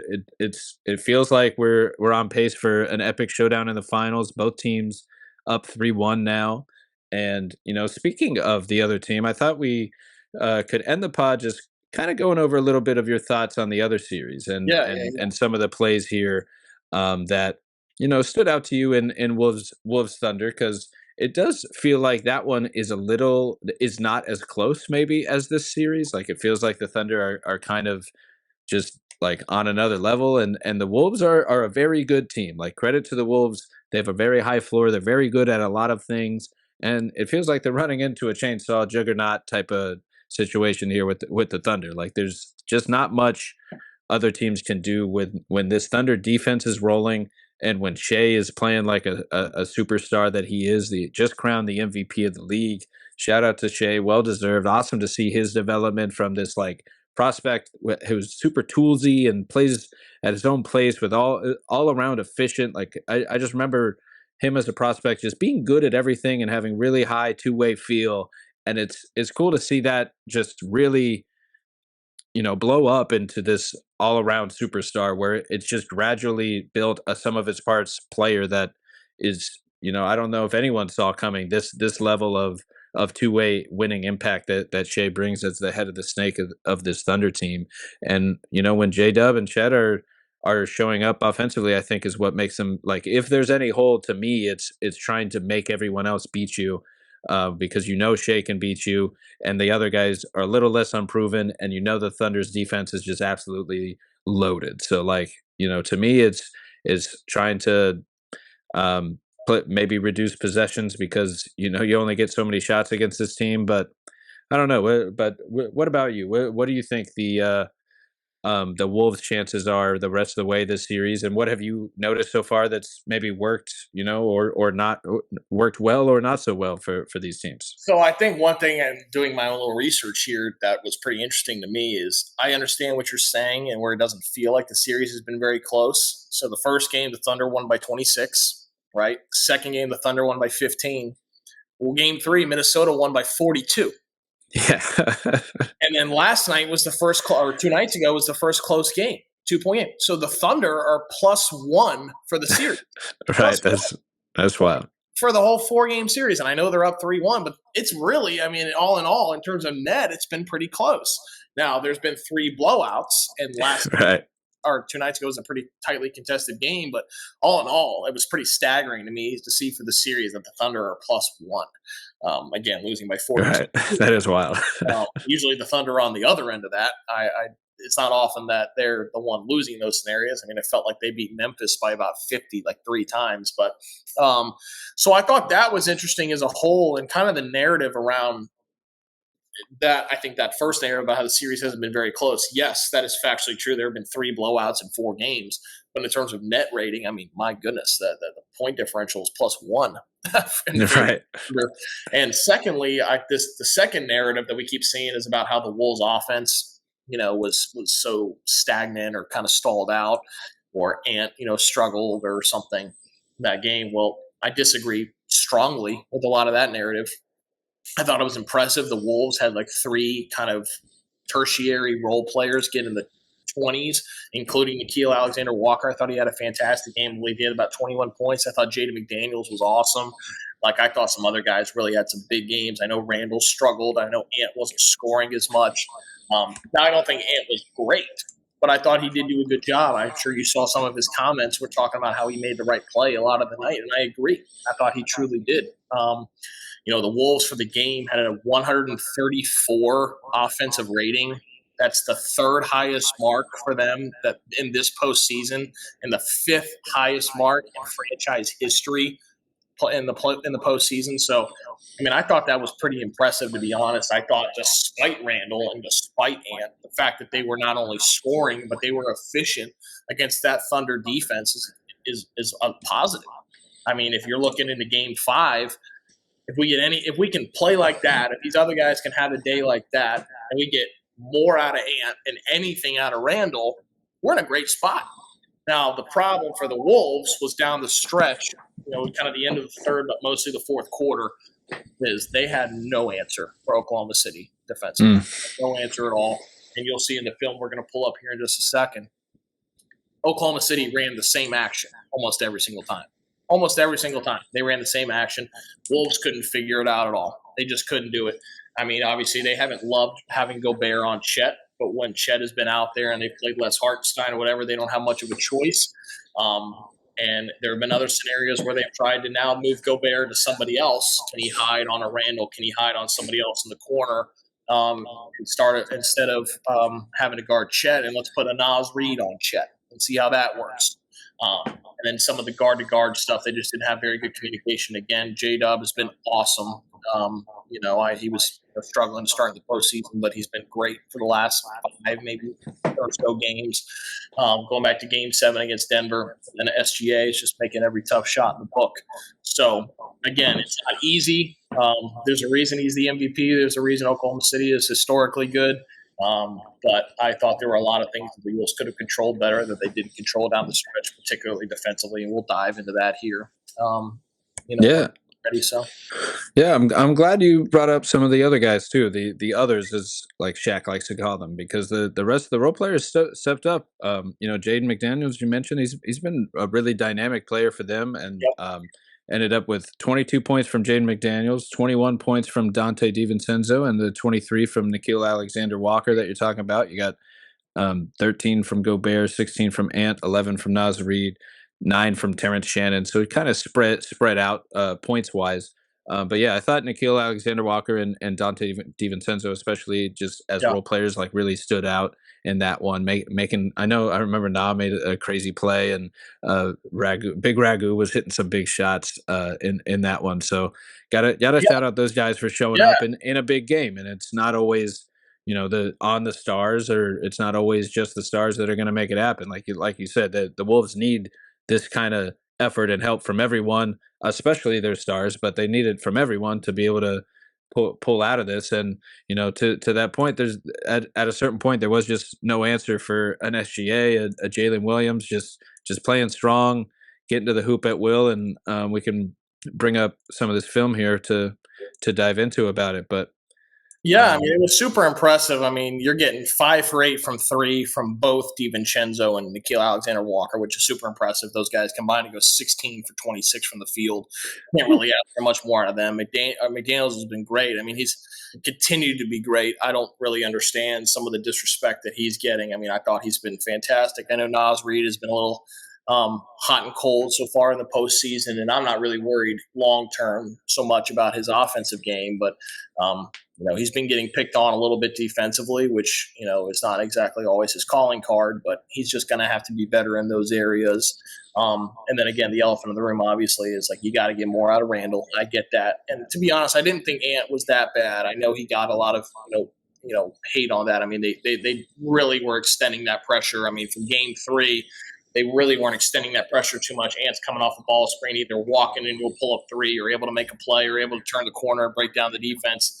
2 nights ago, they were really trying to get the ball just kind of out of his hands and let him make plays. I know they forced him into some turnovers, and he obviously isn't the greatest decision maker coming off ball screens. We all kind of know that, but all in all, I thought he did a pretty decent job. But really, it all came down to their inability to kind of get stops down the stretch, and that's what I thought in particular. I mean, the Wolves scored.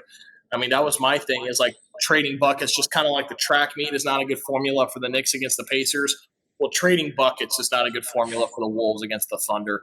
I mean, the Thunder had 38 in the fourth quarter and 41. But the fact that the Thunder had 38, I mean, there was some big plays, and we'll dive into this here. So the Thunder loved setting this middle ball screen all second half. I mean, they love doing this down the stretch. Now, depending on who it was, whether it's a big, he may set it, he may slip out of it, and then the guards were kind of either setting it to force a switch or kind of just trying to ghost. And again, just something so simple to create an advantage every time for kind of their 2 best players here. So we'll dive into this.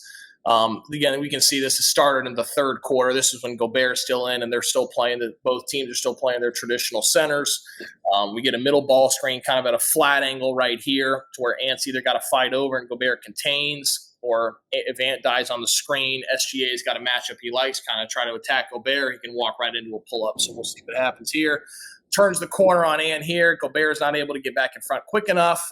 All right, SGA is going to continue his attack. As we see, he stops on a dime. Again, his kind of stop and start hesitation game.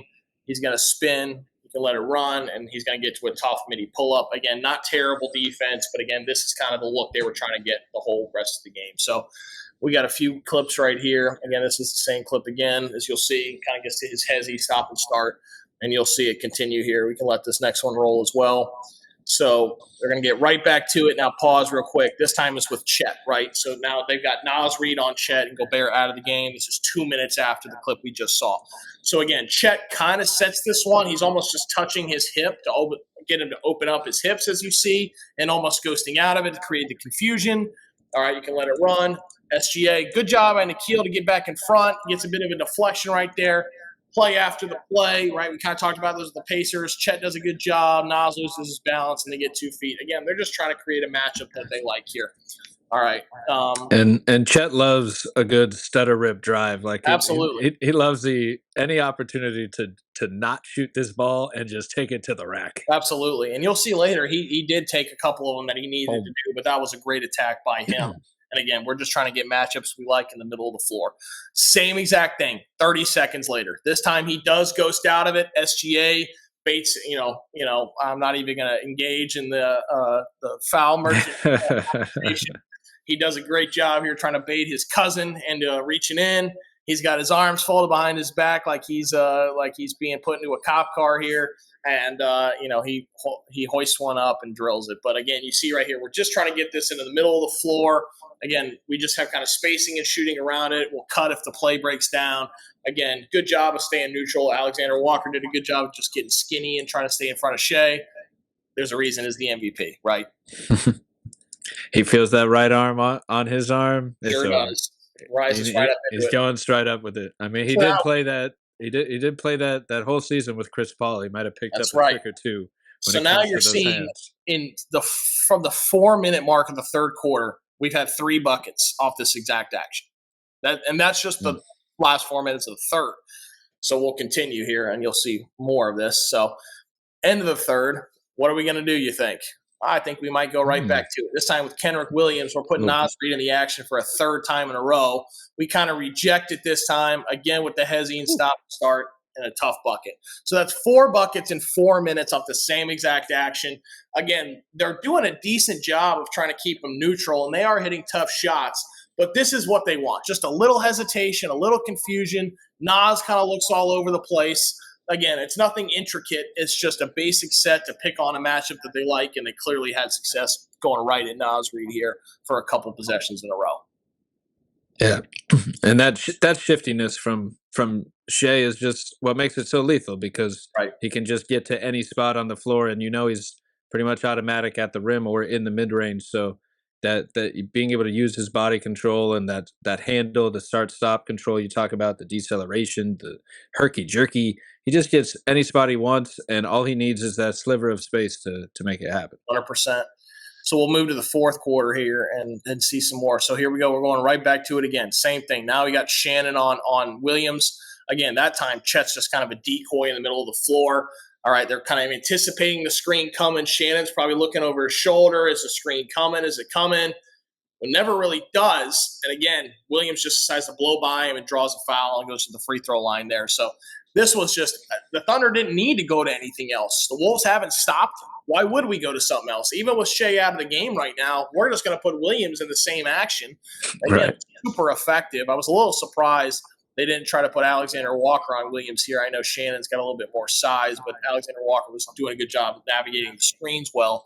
Shannon, obviously, a young guy. I mean, well, young in normal standards, not really for a rookie, but, you get my point there. So, again, Chet's just kind of in the running interference right here. Reid can't get back in front. He clearly hasn't figured out how to guard this yet, and so this is giving them issues. So, again, just kind of running that interference and allowing him to get to the foul line. Again, this is something that the Wolves clearly have to figure out. So, once again, we go right to the ghost almost out of it, and Williams gets to his midi, and they just don't have an answer for this at all right now. So, again, Chet just kind of ghosting out of it. They're creating the confusion. Naz doesn't move. Shannon goes on skates. Great shot by Williams and a great move. The in and out. Hezi right there. The behind the back. Right. Stop. They pull up into that. I mean, super impressive. But, I mean, the way they're just able – I mean, this is 5. They scored 4 times in the third quarter. They get a bucket right here, and they've gone to the foul line. So that's 6 scoring opportunities that they've created just out of this alone with 9 minutes to go in the fourth quarter. They just, I mean, if you can't stop the pick and roll, that could be problematic. And again, it's not necessarily a traditional pick and roll, right? It's almost like he's just kind of standing there at the nail and getting ready to either set it, ghost out of it. Like, it's almost hard to anticipate what ball screen coverage you're going to be in here.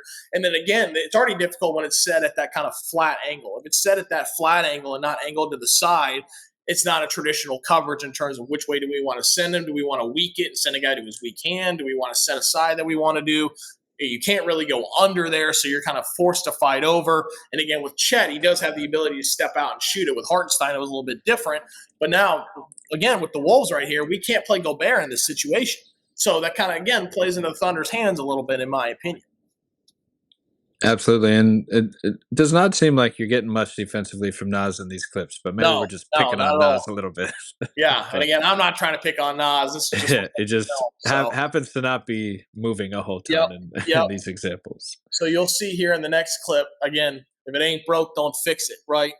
So we go to the next clip. Now what we're going to do, once again, we want to get Naz in the action, right? So now he's guarding Dort. Right, they've now gone super small. All right, the Thunder have, it looks like we've got Shea, Caruso, Dort, Williams, and I believe Case and Wallace on the floor right now. Like they've gone super small, and the Wolves have remained with Nas Reed out on the floor.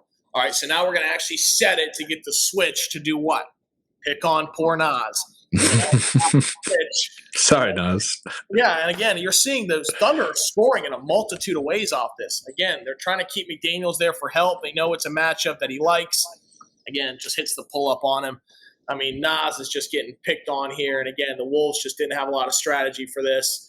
Again, this is sometimes where if you want to go back to the beginning of this clip, just for an example, this is my old man yelling at a cloud thing.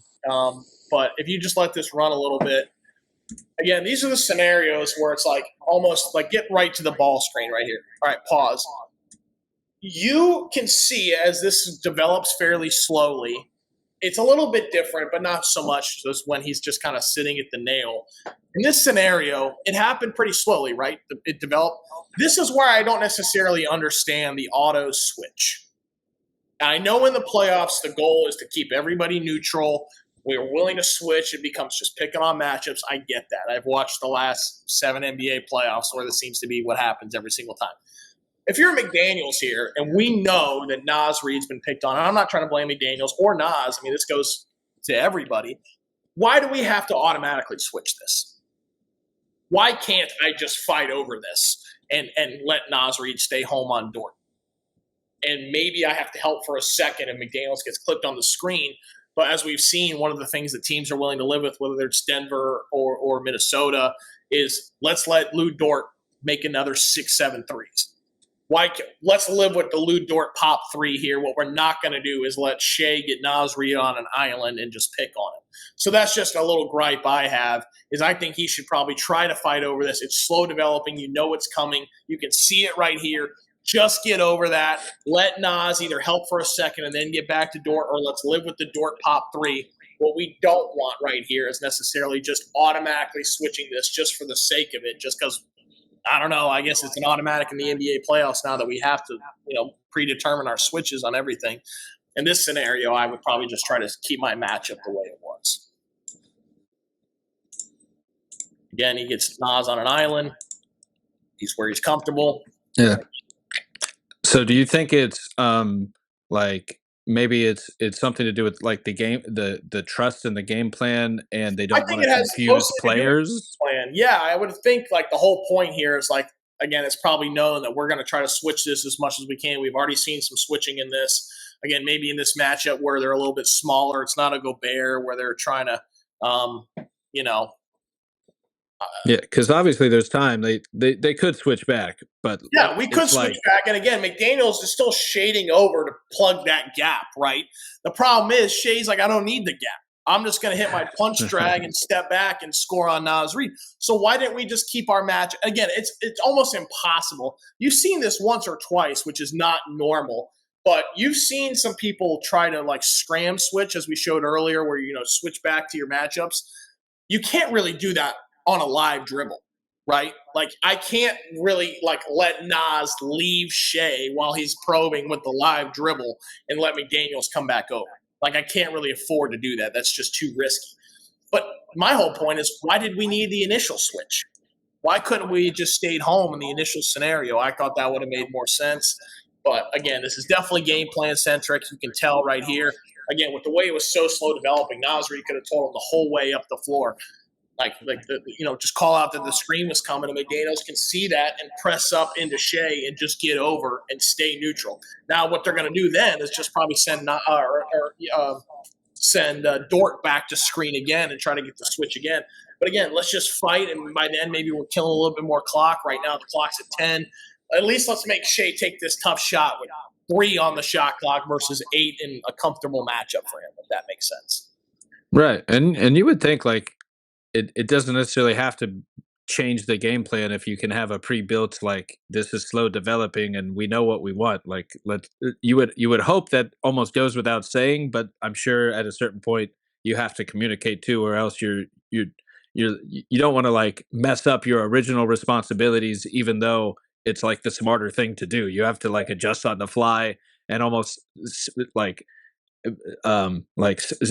talk like telekinesis to Nas, like in the moment, like, all right, we're switching back Yeah. or at least talk before the play. Like, even though the coverage is this, if they're going to walk up the floor, like, let's just hold our own until we're actually forced out of it.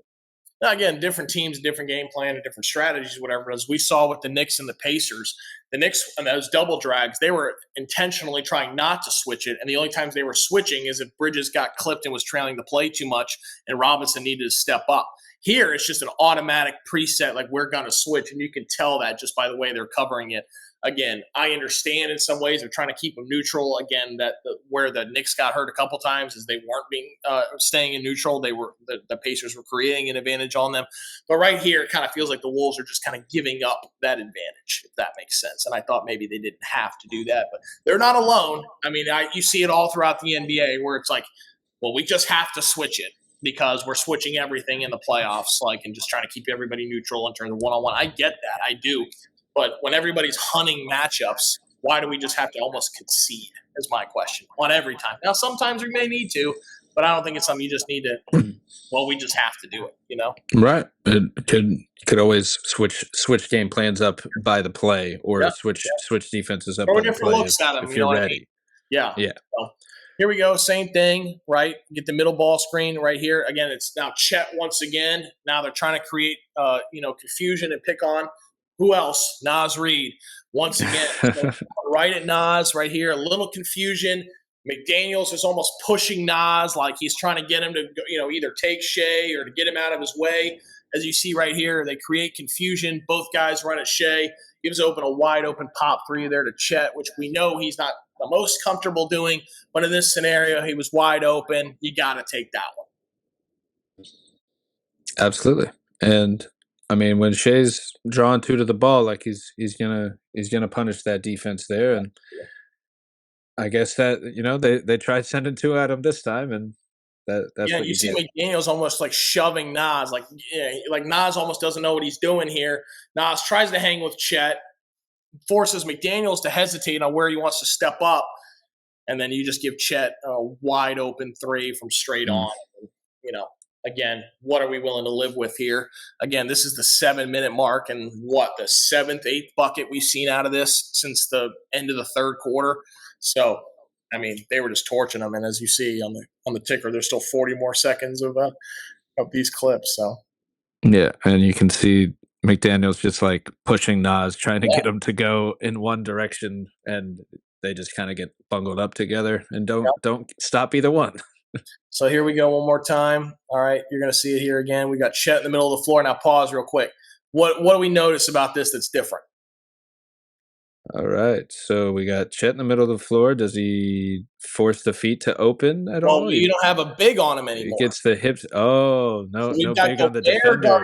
Man, corner. There are some weird lineups in this one where like the Thunder have gone like extra small, and that's a great way to run at least Gobert off the floor and maybe Randall too at times, depending on the lineup. You're 100% right. And then the Wolves counter was to go with Naz. Well, Naz obviously was not successful in that. So they've now gotten Naz off the floor and are now trying to have more perimeter-oriented players with Alexander Walker guarding Chet and McDaniels on Shea now, right? And now we've got Gobert kind of hugging in the corner against Dort where he can kind of linger towards the rim if need be, but also, like, again, where can we have Gobert on the floor but not have him in this main action? And if you rewind just a little bit here, on this, there we go. We've got Chet in the middle of the floor with Alexander Walker hanging on his back. Again, we could switch this. We could create some confusion. We could hedge. We could try to stay home. But this is a more comfortable lineup in terms of trying to guard this action. Again, Chet's just kind of hanging by the nail, almost running interference. He's going to step up and kind of ghost out of it right here. But if you let it run, as we're going to see, Chet does make a little contact. McDaniels is honestly trying to get a kick ball. They don't scramble well enough. Right here, they actually do kind of force them to rotate, but again, Thunder just do a good job spacing. They're savvy. They get a cut and open layup. But what you see there is with the two perimeter players for the Wolves involved in this action, it was the most the Thunder have been slowed down so far, right? Now, again, they had two on the ball there where the Thunder could have gotten off it quicker and maybe gotten a shot. Chet just kind of got that pop three. But these guys are more mobile and comfortable on the perimeter defensively, so they kind of got the Thunder back to neutral, which was good. Now we get a deflection, we get a body on the floor, and of course the Thunder are going to make you pay for that. But that was the best example so far of the Wolves trying to figure out how to do it. As we saw, McDaniel's trying to get the kick. Gobert almost gives a good little stunt in the corner, and then right here out of the scramble, DiVincenzo just tries to step up, and they get the layup. But as you'll see here on the next clip, we're back down into the 2-minute mark. So this has just been a formula for success. The Thunder continue to score off of this. So again, Minnesota scoring too. Their score is going up every clip too. So again, what are we going to run, do you think? All right, we'll go middle ball screen. This time we're going to have Shea set it. All right, we got DiVincenzo on the ball. This time Williams just turns the corner against DiVincenzo and just pulls up right over him. Tough shot. Again, that was probably the toughest bucket yet. But again, the Wolves' new strategy is let's just try to stay perimeter-oriented. We'll have Gobert guard Dort in the corner. And then this time they decided McDaniels was a pest in this, so let's get him off the ball, and we'll just go guard to guard with this between our two best perimeter players and Jalen and SGA. There it is. So you can see they made an adjustment. We'll see how that adjustment does carry over into the next game, and will it allow them to keep Gobert on the floor, but also keep him effective. Obviously, his main impact is as a rim protector. So, like being able to drag him out into the corner on a stretch shooter kind of nullifies his rim protection just a little bit. Where I'm sure the Thunder are okay with that too. However, like you said, the mobility of the Wolves' perimeter defenders being out there, and it makes it a little harder to attack mismatches when there isn't really one out on the perimeter, right. And there is no one for you to drive right past because you don't have a slow-footed big who doesn't normally guard out there. You have guys that are all up under you, making life tough. So even if Chet has the size advantage, if he's picking and popping, that size advantage is only really there for a quick shot release, and after that, he's got someone up under him that makes it a little harder to actually drive to the rack and all that, mucks it up. And he's not Porzingis. He's not going to just catch that and his feet not totally all the way set and let that thing fly. Like he needs to have, 10 toes squared to the rim and comfortable and timing to get that thing off. Otherwise, he's going to want to put that on the deck. Again, he was able to blow by Naz Reid that one time, but here, again, with like you said, the perimeter player is kind of up underneath him. He's more uncomfortable. He's more shaky with the ball. Like he's not as comfortable right here. He's trying to drive into traffic, go behind the back. Again, just a loose ball that doesn't go the Wolves' way, but it was the most they've kept the Thunder neutral in terms of that middle ball screen action. So obviously that was a formula for success for the Thunder down the stretch. They scored 38 points in the fourth quarter, and they scored 4 buckets down the stretch in the third quarter off of that action alone. So that was really what was the driving force for their offensive engine. Let's put 2 of our best guys in the middle of the floor, try to create a mismatch, try to create an advantage, spacing around them. If they want to, overhelp in that, we'll just cut against the grain, kind of like Caruso did on that last bucket. So I'm very curious to see the adjustments that are made tonight for Game 5. I really do think that the Wolves, all in all, like we've said, they've gotten blown out twice. They lost at home by 2. But all in all, they are right there in this series. Big picture, they've been right there. So I don't think they're anywhere near out of it. I am curious to see the adjustments. I am curious to see how comfortable they become playing more Naz Reid, playing less Naz Reid, playing Gobert maybe on a Dort a little bit more, especially when it's just Chet out there as the only big, or even if Chet's not out there. Like, do they view that as if the Thunder don't have a big out there? And this is where the chess match becomes, is like, if the Thunder don't have a big, do we have to sit Gobert, or can we find a way to get Gobert out there for his rim protection and his offensive rebounding and his screen setting, like in pressure he can put on the rim?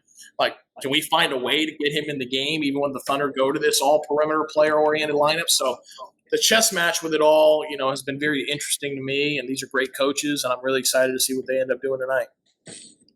Hey, absolutely. That's what it's all about, is seeing the adjustments, and can the Timberwolves, find an answer to this problem. It seems like at the end of the day, they have to problem solve this specific problem right now. And you saw them just in the clips that you showed that we just broke down here, that the kind of the evolution or development of them solving that problem, or trying to figure out how they can muck up the opposing team's pick and roll while still keeping their best players on the floor. And that's a tough combo to kind of find when you kind of know in advance that some of your players might have a few holes in those areas. So it becomes very interesting to see how they can kind of maximize their team, and also try to throw a curveball go on the offensive and try to confuse the Thunder a little bit with an offensive game plan that comes up with it. So Right. can they actually find an answer to a pretty simple set? It really is just like the Thunder's like best players being great players and trying to confuse them and take away what they want to do. And it doesn't seem like they have really done that yet. But super interesting to see where these 3-1 series go. Will we have an epic comeback? Who's to say it's not unheard of? We've seen it the past few years, these 3-1 comebacks. But we're going to have to see some major adjustments, and you hit on a lot of them. I think it's super interesting to see. Like I don't I think the Thunder will pull this out in this game. I think the Pacers probably do the same. I have a little more faith in the Knicks, I think, at this point, but who's to say? I got the Pacers and Thunder kind of pulling this out in a 4-1 series the rest of the way. Not really a hot take. I just don't see either team making the adjustments needed to actually pull one out. But like you hit on, they were in that game even with all of the adjustments. Like game 4 was down to the wire. It really was an epic playoff game that just had the back and forth to it. And it felt like a statement game even for Shea and J-Dub to be like, we are here, we are showing up in the big games that matters, in the back and forth. And can they do it again? Can the Wolves get their stars going a little bit? And can they just answer this chess match and come up with a little bit of a counter decision here to slow down the pick and roll is a big question. So I'm excited to see it. But most of all, thanks for taking the time today, Brandon. A lot of fun hearing your thoughts and breaking down the playoffs here with you, and just can't wait to see how these series play out. Yeah, thanks for having me. Anytime. I enjoy it. Love talking some ball, and been a great playoff so far. I know some of it's been lopsided and everything like that, but I mean, all in all, it does feel like none of these games are ever out of reach. As we know with the 3-point revolution, it seems like some of these teams are, the Knicks are more comfortable down 15 or right back in the game. A couple, 2 or 3 threes in a row, you're right back in the game. I mean, even last night they cut it to 6. I think like 115, 109 when the game seemed very over, and you're like, here we go again. So, but no, it's been awesome, and I enjoy it. And it's a chess match between great players and great coaches, and every game there's an adjustment. And that's why just because there was a blowout in the last game, doesn't mean it'll be a blowout in the next game, or just because it was close last game, doesn't mean they're necessarily right there. So, but it's been fascinating. I've enjoyed it, and I appreciate the platform to talk about it, and look forward to doing it again soon. Hey, always fun talking hoops, man. We'll make it happen again. Really. Absolutely. Can't wait. Well, have a good one, man. All right, man. Take it easy.